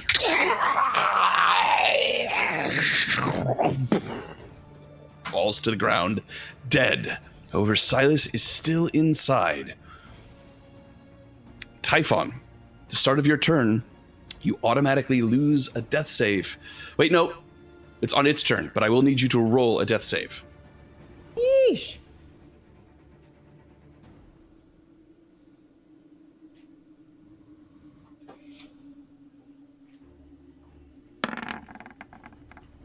Oh, so close to a 20. Silas, as you lie in the belly of this creature, the acid that is within there begins to eat away at your form, and you take a step closer to oblivion. Islin. I literally have no idea what to do. I'm gonna... Somebody's gonna have to get in there and get him out. He can't get himself out. He's unconscious. I can dash to it, and I can bonus action dash, and I can use my action to try to get him out. What would that be, an athletics check? So you could either pry open its mouth and try to crawl in after it, to crawl inside to grab Silas, which I would say would be your action, or you can try to cut it open from the outside, but that is going to involve you going through its chitin. See what kind of damage you roll. I don't have a blade equipped to do that. Okay. So I have to go. Well, you can drop your. Oh, it's That's an action. Yep. Sorry. Sorry. Can I use the help action to pry it open for whoever else wants to get inside? Yes, if you want to run over there, you come and you grab one edge of its maw and the other end. It is not resisting, so I'm not going to need a roll. You just open it. You feel a couple of tendons snap as you open it very, very wide. Awesome. Done. That is my action. You do take a little damage from it, as there is still some residual heat. Okay. Come on, Remora, slip and slide. Remora, slip and slide. You take 8 points of necrotic damage. You said a little. Okay. I rolled 2d6, buddy. The damage from the contact of it is 3d10. So, I'll take it. Oofta doofta. That's the end of my turn, Sean. Falkrunn. All right, so Falcrunn's gonna slip and slide. She's gonna try to shoot for the gullet. The goal is to try to get to Silas, so that I can then try to bonus action heal him. All right, make a perception check. A perception check. All right. You're inside a creature. All right. I was like, I'm trying to get inside. Dive inside. Okay. Oh, good. So I did that. That's good. And it hangs half out. All right. A 10. You reaching around, you feel something hard. Could be Silas. You don't know for sure. All right. Then. Oh, don't heal the creature. Yeah. Right. Hey. Some days he's dying. So it says for my healing word to work. Oh no, I can use It has to be a creature you can see. Yeah, that's however, and you cannot see him. You are blinded while you're inside. But I will say that if you are able to hold on to his foot, you know where he is. And with dark vision, you could be like, okay, there it is. But you don't know if it's a foot or not. Okay. So then, alrighty then. God. Can I use my bonus? Can I use my bonus action to bring Steve down the gullet to cast a little bit of light? Does Steve actually cast light? He is a radiant hammer. Radiant hammer? I don't recall reading that in the. Floating spectral weapon within range that lasts for the duration of the spell. Bonus action 20 feet. Form cleric. So I mean, it doesn't say it doesn't cast light, but it's I don't think it casts light. But Iranian is in there somewhere. Oh, that is true. Iranian is in there, and Iranian is casting light. You have Silas's foot in your hand, and I can see it. You can. Very well then. I cast healing word as a bonus action. And Silas, you are no longer dying inside the gullet of this creature. Oh man. You have 9 HP. I'd be like, welcome back. This sucks. Persephone, you can see sticking out of the mouth of this creature, just barely, a armored foot of Falkrunn. I'm gonna run up and try and yank them out. All right, make a athletics check. Oh yes, I'm so glad you said athletics. Actually, I wish you'd said acrobatics, but that's still fine. One thing. Come on. 23! Oh nice. My! So you come running up, you brace your feet on either side of this mouth that's being held open by Eastland, and you yank with all your might. Falkrunn, you're going. What do you do? I hold on to... All right, make an athletics check. Athletics check, all right. Just don't let him go back down the slip and slide. Right. You don't follow it. Blessed Ilmater be with me now. No! I rolled a 6. You feel the feet drifting. You're being pulled away. Oh my god. Do you have a choice. You can either kick out of Persephone's pool and hold on to Silas, or you can let go of Silas. I'm gonna hold on to Silas. All right. Yeah, that's what you should do. Okay, so you kick Persephone off of you, and you're able to hold on to Silas. And now, inside this creature, you both take acid damage. Well, its turn. I believe this will probably put you back unconscious, Silas. Let's see. Depends on what I roll. Yeah. 3 ones, 3 ones, 3 ones.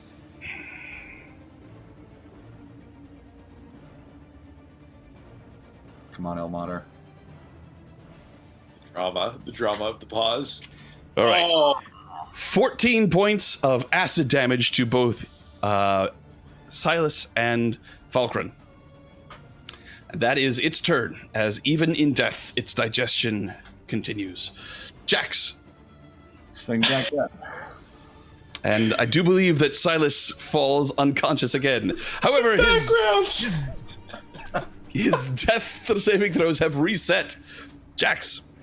He looks at his knives. Well, these ain't gonna work, and pulls out just a basic dagger. Okay. And if I make a precision cut just about here, and I'm just gonna run it up and try and cut. All right. With advantage. Take 1 off of this. So 19. So 19 is a hit. It's an auto crit. Oh, okay. I'll just double this then. 33, 66. It's not alive. 60.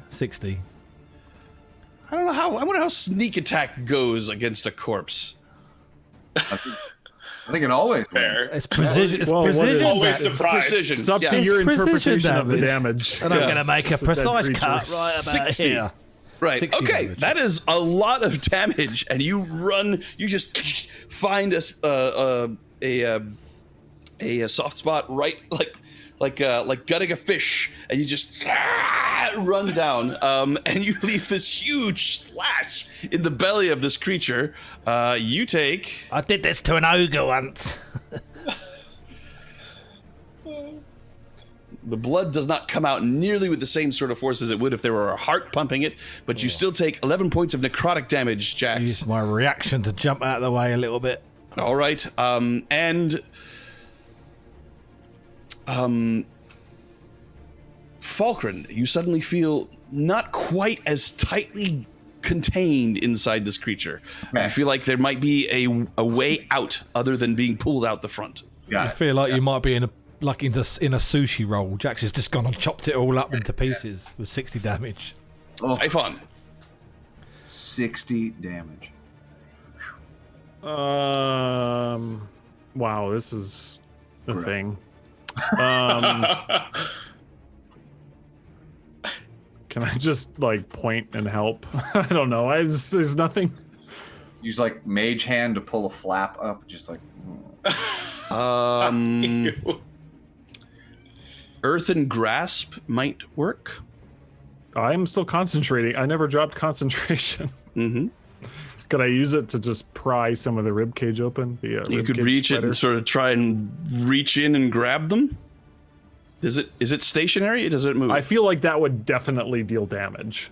It is stationary, but it's right next to it. It is right next to it. So I was thinking more ripping it open so the rest of the people could see. Doesn't have an attack roll, does it?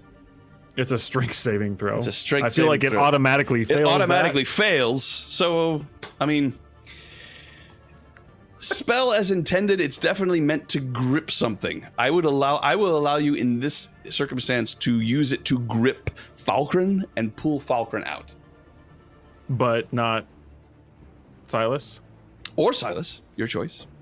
Okay. You feel I feel like Silas is there's the more there's important enough of an part opening here. now in this thing that you feel like if you just sort of Yeah. put the hand in and pull whatever's in there out, that it's very likely you're going to get Silas. All right. Let's do that. Okay. Just make a spell attack. Plus, we'd rather At keep the advantage. paladin than the cleric. So Spell attack. Oops. Didn't let me do it. Well, first one's a 28. big So 28, so. the earthen grasp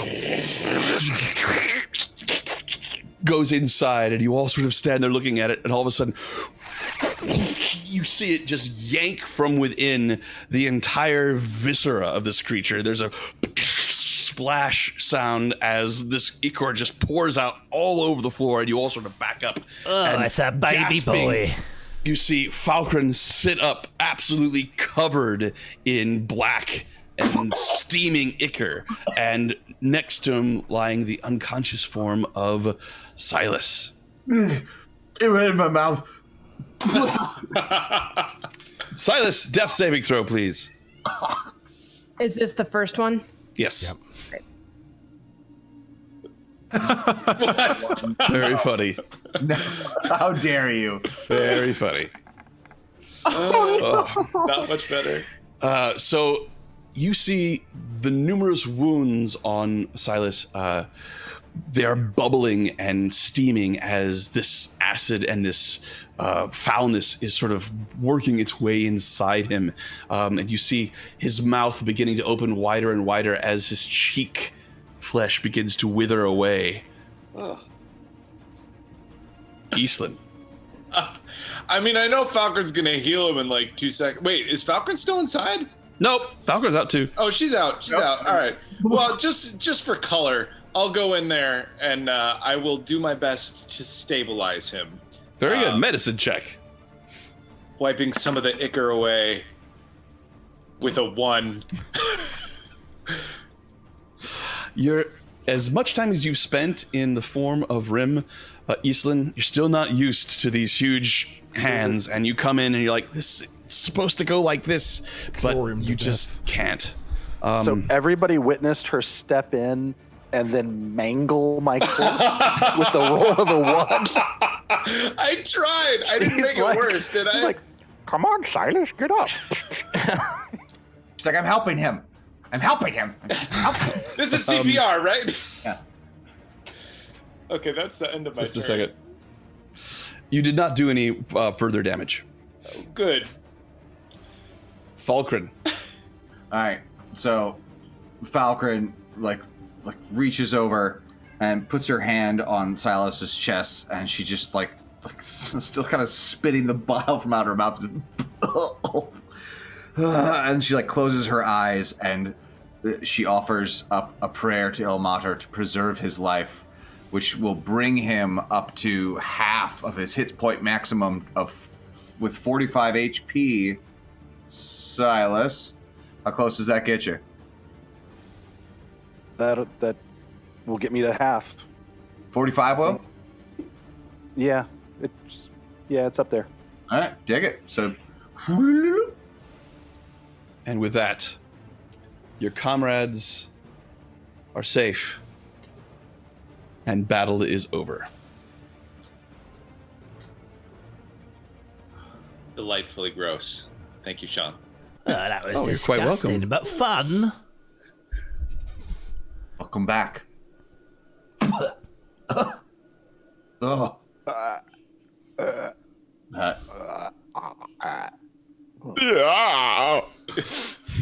Don't.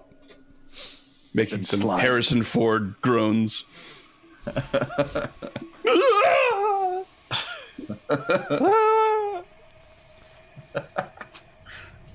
Silas, you awaken And to I see thought- the. They smell bad on the outside. Yes, there we are. Excellent. You awaken to see all of your companions sort of gathered around you, everybody panting. The area smells disgusting, and you look down at your body and see your wounds still closing, thanks to the healing magic that seems to actually be pushing the damage and the necrotic energy that has found its way into your body, actually pushing itself out of it and being replaced by wholesome flesh and bone. What would you like to do? Vomit. Should we go kill the demons now? Gave us quite a scare.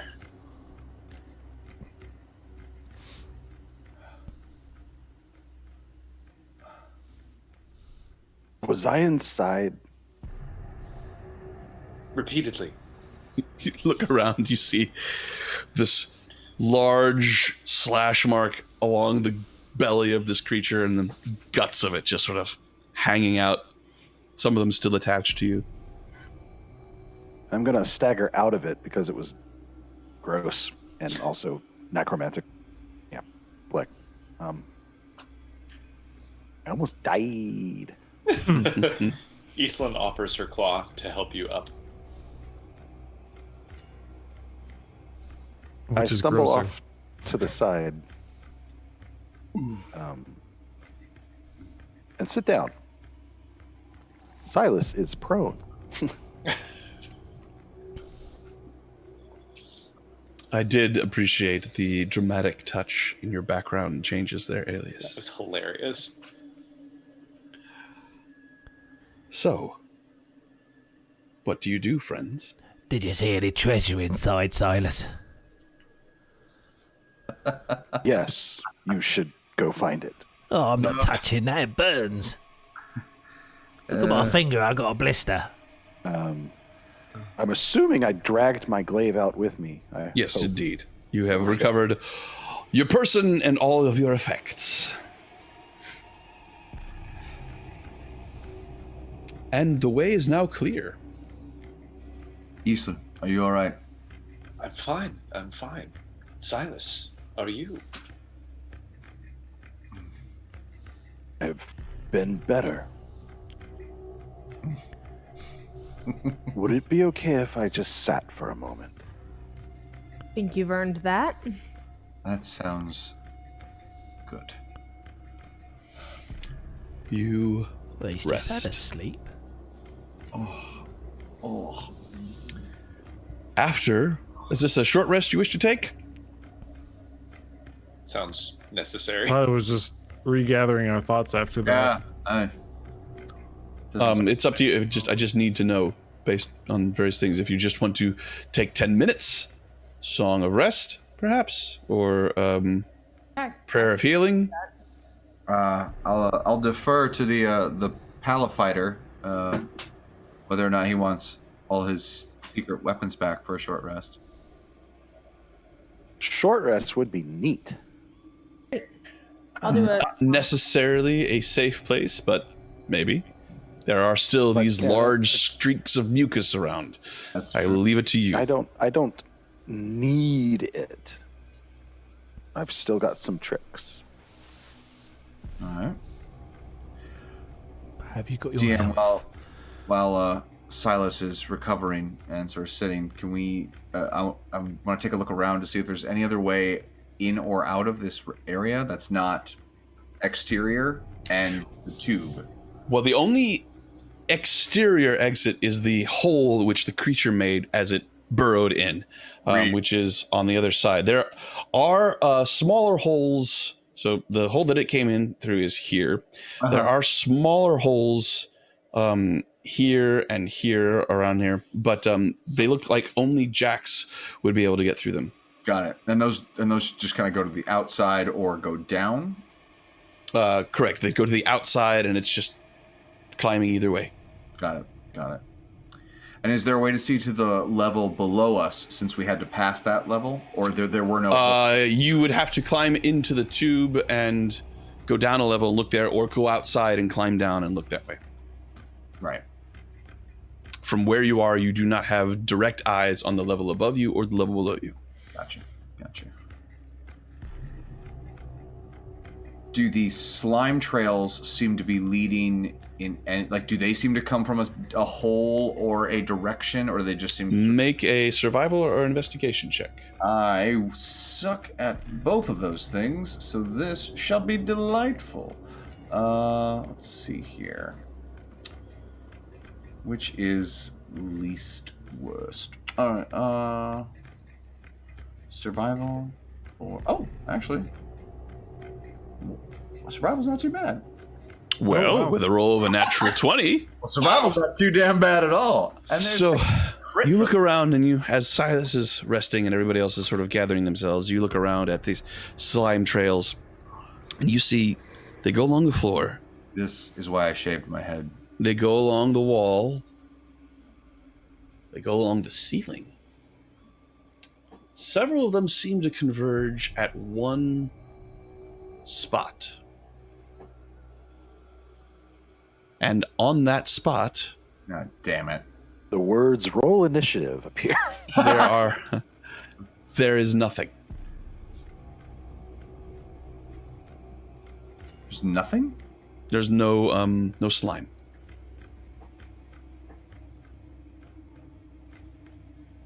It's invisible. Hey, everyone just... Jax, you see this, right? The tracks on the ceiling? Yeah, should I throw something at it? Should you what? Should I throw something at it? I don't think Silas is ready for another fight just yet, but... I can go. All right, throw something at it. Oh, okay. Ping, ping, ping, ping. Oh, it just disappears. Disappears, and you hear it clattering No, it doesn't. somewhere above you. It's just a psychic knife thing. Oh, so then it disappears and you hear nothing. No, there's nothing there. Typhon? It's a false ceiling? Certainly appears to be. Can I use an investigation check to determine that? Yes. Oh, shall I have a look as well? No, you got it 26. covered. This is an illusion. It is covering up a naturally broken and bent and mangled hole in the ceiling that you have seen, very similar to the ones below, but this one has been concealed by an illusion. An illusion like that be maintained if the wizard is dead? Well, some of these things can be virtually permanent if the magic is powerful enough, yes. So we are either dealing with a living caster or a powerful spell. Do you know anything that would Look make at this slime? place was once extremely powerful. It was housed likely a legion of devils. I'm sure there was something here with the capability to create such things. I mean, consider what it was when it was alive, cascading across the wastes. Doesn't surprise me. But shall I pop my there may head be up? more tricks. What? Shall I pop my head up? I mean, how high is the ceiling, DM? Are we able to It's reach? 20 feet high. 20 feet I up. will remind you that now that this creature is dead, traveling through the pipe may no longer be a danger. Right, but every time we travel through the pipe, we have to skip a floor and go up 2. Depends on how high you're trying to get. And what is your purpose? Do you just want to get as high as you can? Do you looking for something in particular? Well, we were, to my understanding, I thought we were looking for Supplies in that, weren't we? items or things that we could use to our advantage. Indeed. And if we're skipping floors with no choice to see them, we might miss something. Or get true. sandwiched by enemies. Can your imp fly up, Typhon? Could, yes. Ooh, good call. Have we searched He's this whole been floor? sleeping for a while. Yes, the consensus is there's nothing of value here, just curiosities. Now, we haven't searched the floor below us. Because we had to skip a floor to get to this one. Correct? That is true. All the best stuff is not on the first On the odd floors, which is clearly what We're going to the top of the pagoda, people. I mean, that's clearly where Kareem Abdul-Jabbar is. Oh, there we go. Possibly be anywhere else. Hell yes. Ooh. Hang on. Didn't we search the first floor, though? Because I thought we searched the ground floor.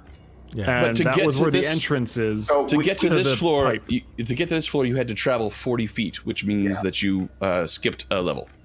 I see. Okay. So we searched the first 20 floors because there was Yes. easy walkway, but then when we hit the 20th floor, we then had to start skipping floors because Correct. Yeah. Alrighty.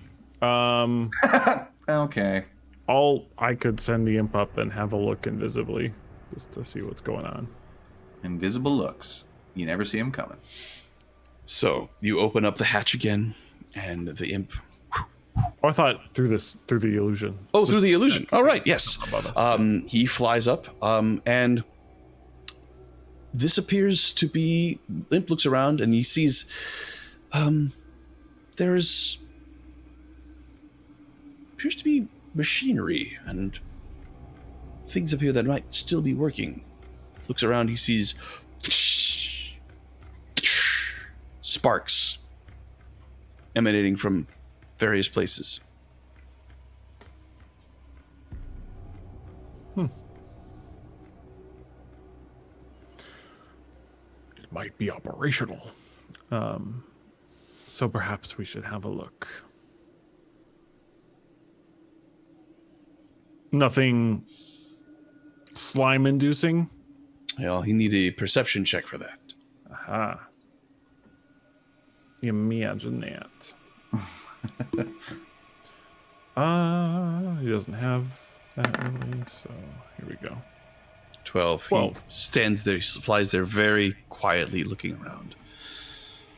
He sees, slurping around the shadow, a large mollusk-like creature with a shell and just a large number of bones and debris and all kinds of trash stuck to it, looking as if wherever it goes, it picks up whatever is lying on the ground and free and carries it with it. And as he stands there, he sees another moving along the ceiling. They're large creatures. After a few moments, he sees another. And another. The floor above you has at least 5 of these creatures just slowly slurping around. Any seeming purpose to what they're doing? Just moving slowly, methodically, moving over every inch, looking for food. All right. I'll call him back. Comes back down. Well, that's weird. What did he see? Giant snails. Oh. He saw this. Bone whelks. Oh, that's gross. That one skull looks like it's having a really good time, though. True. Woohoo! Here we go! Yeah! Can he be named Lawrence? Sure. Yes. Good night, diddle-diddle. Sleep tight, diddle-diddle, until we meet. Sorry. Does he know Paul? My friends, The what are you axe planning thief? to do? Fireball?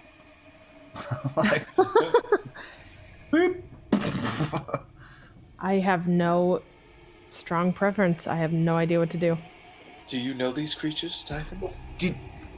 Yes, I've had dinner with them on multiple occasions. Lovely people, the Welks. The Welk family. And 1 and 2. They put out the best cheese platters. You may make a... I believe this is going to be a religion check. Let me double check. Come on, let it be religion.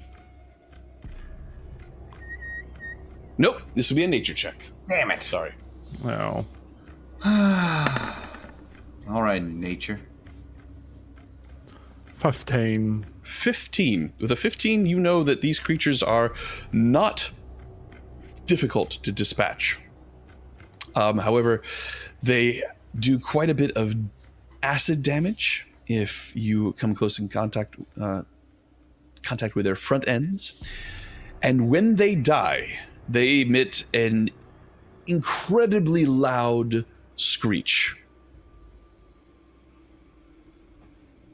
that will be heard for hundreds of feet.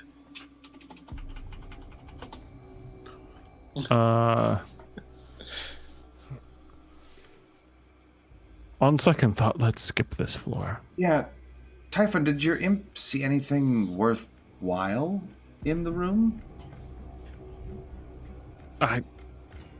It's hard to tell. Some of it seemed to be the machinery involved potentially with the operation of this citadel, or whatever this is.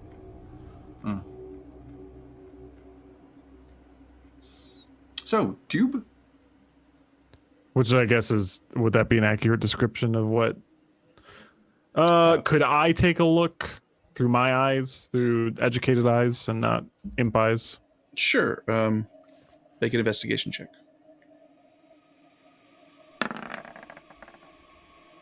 No.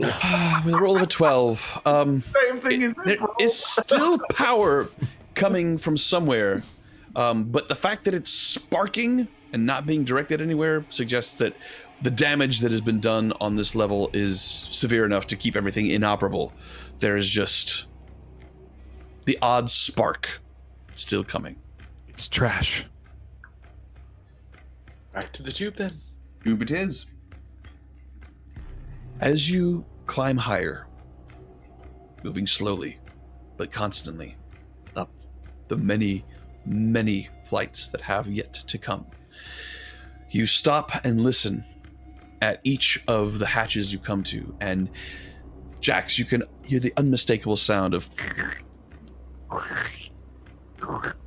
It seems as if the entire upper portion of this vessel is infested with these creatures.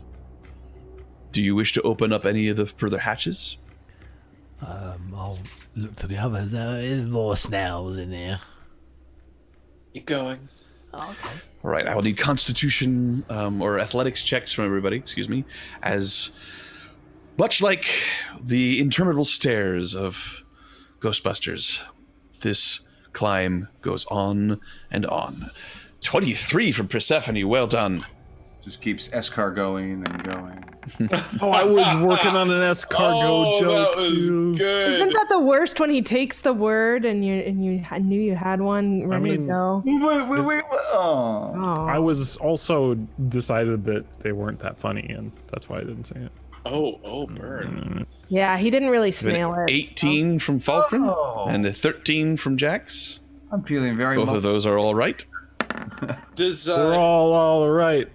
Fortunately, a 9 is not, and your pace slows as you all are needing to wait for Typhon. Come on, Sean, Typhon. does Not far now. does my second story work help me out in this at all? Your second story work would definitely allow you to climb faster, but it's the sheer amount of it that is the problem. Not it's the stamina involved. It's true. There are 2 stories there. Rhimb's and Islet's. I'm looking for a athletics check from Silas. He almost died. Come on, Typhon. But Not he's far gonna now. show you all what a... Yeah, he's good. Anybody who rolled below a 10, it's not dangerous yet, but you are running out of energy. You continue upwards, step after step, climbing, your pants echoing up and down this tube. I'll need one further athletics check. I thought you sounded like pants, like a... Well, those of you wearing armor, indeed. Your Jax pants takes his are off. quite loud. But yes. Jax I takes like his off the and idea of drops them. someone, you got clanky pants with the armored, another person's armored. Or like corduroy. Clanky And then some boots, and then someone just completely wearing like leather boots and leather pants, and you hear a clank, clank. And Jax with a natural 20. Don't need my pants anymore, and I take them off and drop them down there. Smell knocks everybody out. Oh, Typhon. Typhon, you suffer a point of exhaustion. Would I? So okay. And some goblin Make your pants argument. land on your I'm face. willing to hear. When we get to a point, would I? Oh, hang on. So this is not a saving throw. No. And at a point, could I have just been like, screw this and Misty stepped? over if and it's over feeling again? like I'm going to lose the ability to hold up my arms and able to cast spells because this is so tiring, I can just. How many Misty Steps do you have? And how would you know that until you failed the athletics check? Yeah. Right. Well, that's what I mean. I'm just saying, would I have been instead of climbing to exhaustion? If I'm like, would I have fit your a MO. logical point where I'm saying this is absolutely going to kill me? Can I? So that's what I was asking. If not, that's okay. I have to say that had you succeeded in the athletics check, we would not be having this conversation. I know. Yeah. So you failed. Okay, I'll take a point of exhaustion. You take a point of exhaustion. In the future, however, if faced with a climb like this that you think you might have problems with, you feel free to use magic to help yourself. Anybody else roll below a 10? Jax is sprinting up there. All right. That wasn't a second roll, right? That was the same roll. This was a second roll. Yes. Oh, I did not roll. Sorry. Okay. Acrobatics. What was it? Athletics. I'm sorry, you said acrobatics, yes? Yay. Whew. And another natural 20. This group just getting your reps in, feeling strong. Did you take your pants off as well? Never skip leg day. What? You get to No Pants Monday. Yeah. a change in the tube. You've lost count of how high you've climbed, but you're fairly certain that there will be no more hatches beyond this one. The tube seems to open up into a large cistern-like cavern, and as you get closer to it, you pant and your breathing echoes, and you begin to hear whispers that mingles with your panting. If this machine indeed ran on souls, this would have been where a vast number of them were stored. And something inside you tells you that moving into this cistern would not be good. Especially since you have not seen any other place where the creature that attacked you could have made its nest.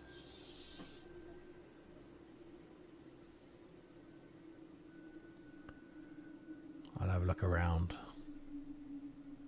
All the way back down, lads. Here we go. Be a lot easier. How far down was the next hatch? There is a hatch that is 20 feet below the cistern above you. Oh, wait, because we're saying that we shouldn't go into the cistern because there may be more of these things in here? You've made a lot of noise coming up here. Okay, yep, nope, let's go to the hatch. Can I see anything in here? If we could search it, because if it swallowed creatures whole and came up here, perhaps whatever they're carrying. It's a valid point. I will search All right. I will, stealthily. depending on if it's really hard, if stuff is just covered in gross acid that's gonna hurt, I will cast start ritually casting detect magic. All right. So you brace yourself on the scaffolding, and you cast detect magic. What do the rest of you do? I'm just keeping a lookout, maybe searching the immediate area, making sure not to touch anything that might hurt me. Make a perception check. 17. You listen at that hatch, and you do not hear the telltale signs of those slimy, snail-like creatures.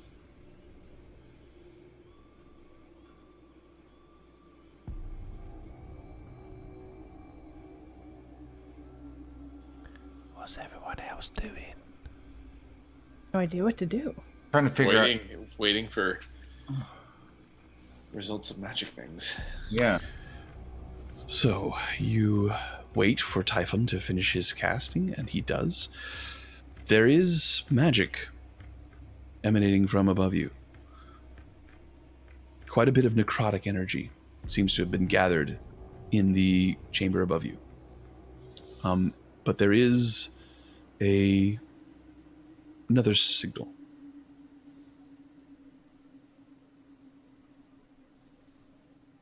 I'm gonna, metal detector on a beach towards it. Okay. It's going to be very difficult and painful to move through this room as you climb up and peek in. In the far corner, you're getting a evocation magic signal. But between here and there is disgusting slime that defies description. Filth, excrement, and some sort of residual. As you look at it with your magic energy, the discarded husks of souls utterly drained. I'll listen out, see if I can. Could I send the imp? You could. Sounds like something he'd be all right with. You send your imp up and he looks at you and he goes, Are you sure? I don't know. Are you? Does it feel uncomfortable to you? Yeah. I mean, I never went inside one of these things, but no, I'll do what you say. Necrotic energy, you say?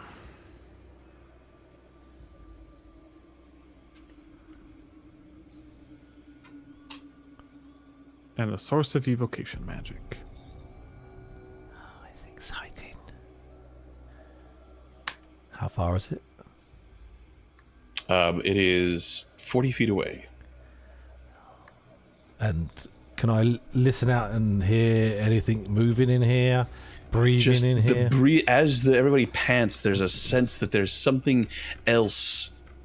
When you concentrate on it, it's not there, but it's something on the edge of your consciousness calling out to you. I could give you some protection, Jax, if you'd like to go and fetch it. What about if it's another one of those bags? It might eat me. Well done. But yeah, it was fun. I'll do it again. Is it okay if I take a look first? From here? Be my guest. That would be divine sense. Divine sense. Aside from the oppressive evil of this entire plane, it is particularly concentrated in this one area. How concentrated an area? This cistern, the whole thing, was at one time a receptacle for pure evil. Fiendish energies, the systematic consumption and destruction of thousands of souls.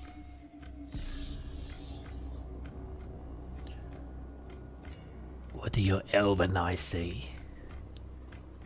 They've taken the hobbits to Isengard. It's the eyes of my goddess, Jax, and what she's telling me is that this would have been a mortar and pestle for souls. To crush them into energy. What an evil thing to do.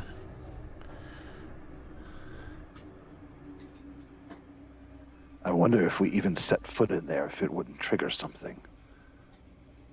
Shall we find out? That is the sort of thing we do on a regular basis, isn't it?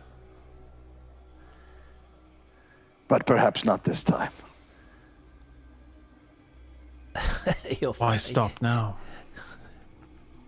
Stop joking around, Silas. What protection are you talking about? I will cast protection from good and evil on Jax. Okay. Where's the thing I've got to pick up? And I will describe exactly the location of the thing. All right, Jax. Can I see it? Whatever it is, it's very small and it's completely buried in this gunk. Oh. You will have to stride through it. Comes up to your waist. That's disgusting. I will throw my dagger. All right, go for it. Da, da, da, da, da. Dun, dun, dun, dun, dun. I can teleport up to 70 feet, so I will teleport 40 feet. Dun, dun, dun. How many times can you do this, Jax? I can do it 8 times a day, and that's just used Goodness. another one, so I can do it another 6. As I've done So another you land inside this stuff, and it comes up to your waist. And apparently, somewhere in all of this, there is something that Typhon wants you to get. It is. There is no scent, and that is oddly comforting, but you feel as if the foulness is not in reality. It is more spiritual and metaphysical. Make your investigation check. I will do so. Uh, 24. You reach in and begin to mess around in the muck, and you find something that feels like a bead, and then another bead, and another bead after that, and you pull up a necklace of beads. Ooh. Right, catch this, Typhon. Make a charisma saving throw, Jax. Oh, shit. Charismatic, right? Charisma saving throw. 1. Good to know. Is this it? Is it it? Yes, as he holds it up, you are definitely able to get a sense that this is, in fact, the magic item that you were detecting. All right. I'll throw my dagger Get back here immediately. throw my dagger back. All right. Take off another one. I've got 5 left. For the Would day. he have gotten advantage on that based on the protection from evil and good on him? Yes, I forgot he got it. Roll another charisma saving throw. Well, he certainly got advantage, ladies and gentlemen. For those of you boys and watching girls at watching at home, the what are first those roll rolls? was a 1, and with advantage, a 0. Yes. Unreal. Yeah. So Jax has a -1 to his charisma. Jax appears back with the group. The entire lower portion of his body is covered in this slimy gunk. It's lucky I've got no pants on. And he holds up the beads. Can you clean me off now with your magic? I use prestidigitation to clean him off. I'll do. Very well. I'll spin round. So. Doesn't feel as dirty as you once were. Oh, thank you. And I assume you all open your hatch and move into the next level. Is that what happens? Is that all that's in here, is it, Typhon? Do you want me to get any more? You should probably double check, just in case. Oh, go on then. What can you see? Such a dick. Oh, it's nothing. Let's go Oh. to safety, Jax. You open up the hatch and step out onto the command deck. And that will be where we pick up next week. Thanks, I everybody, wanna for know joining what- us today. Dun, dun, dun. I want to know what the item is. But like, You have to wait until next week. Are there bad guys in the command deck? Or is it just... Maybe.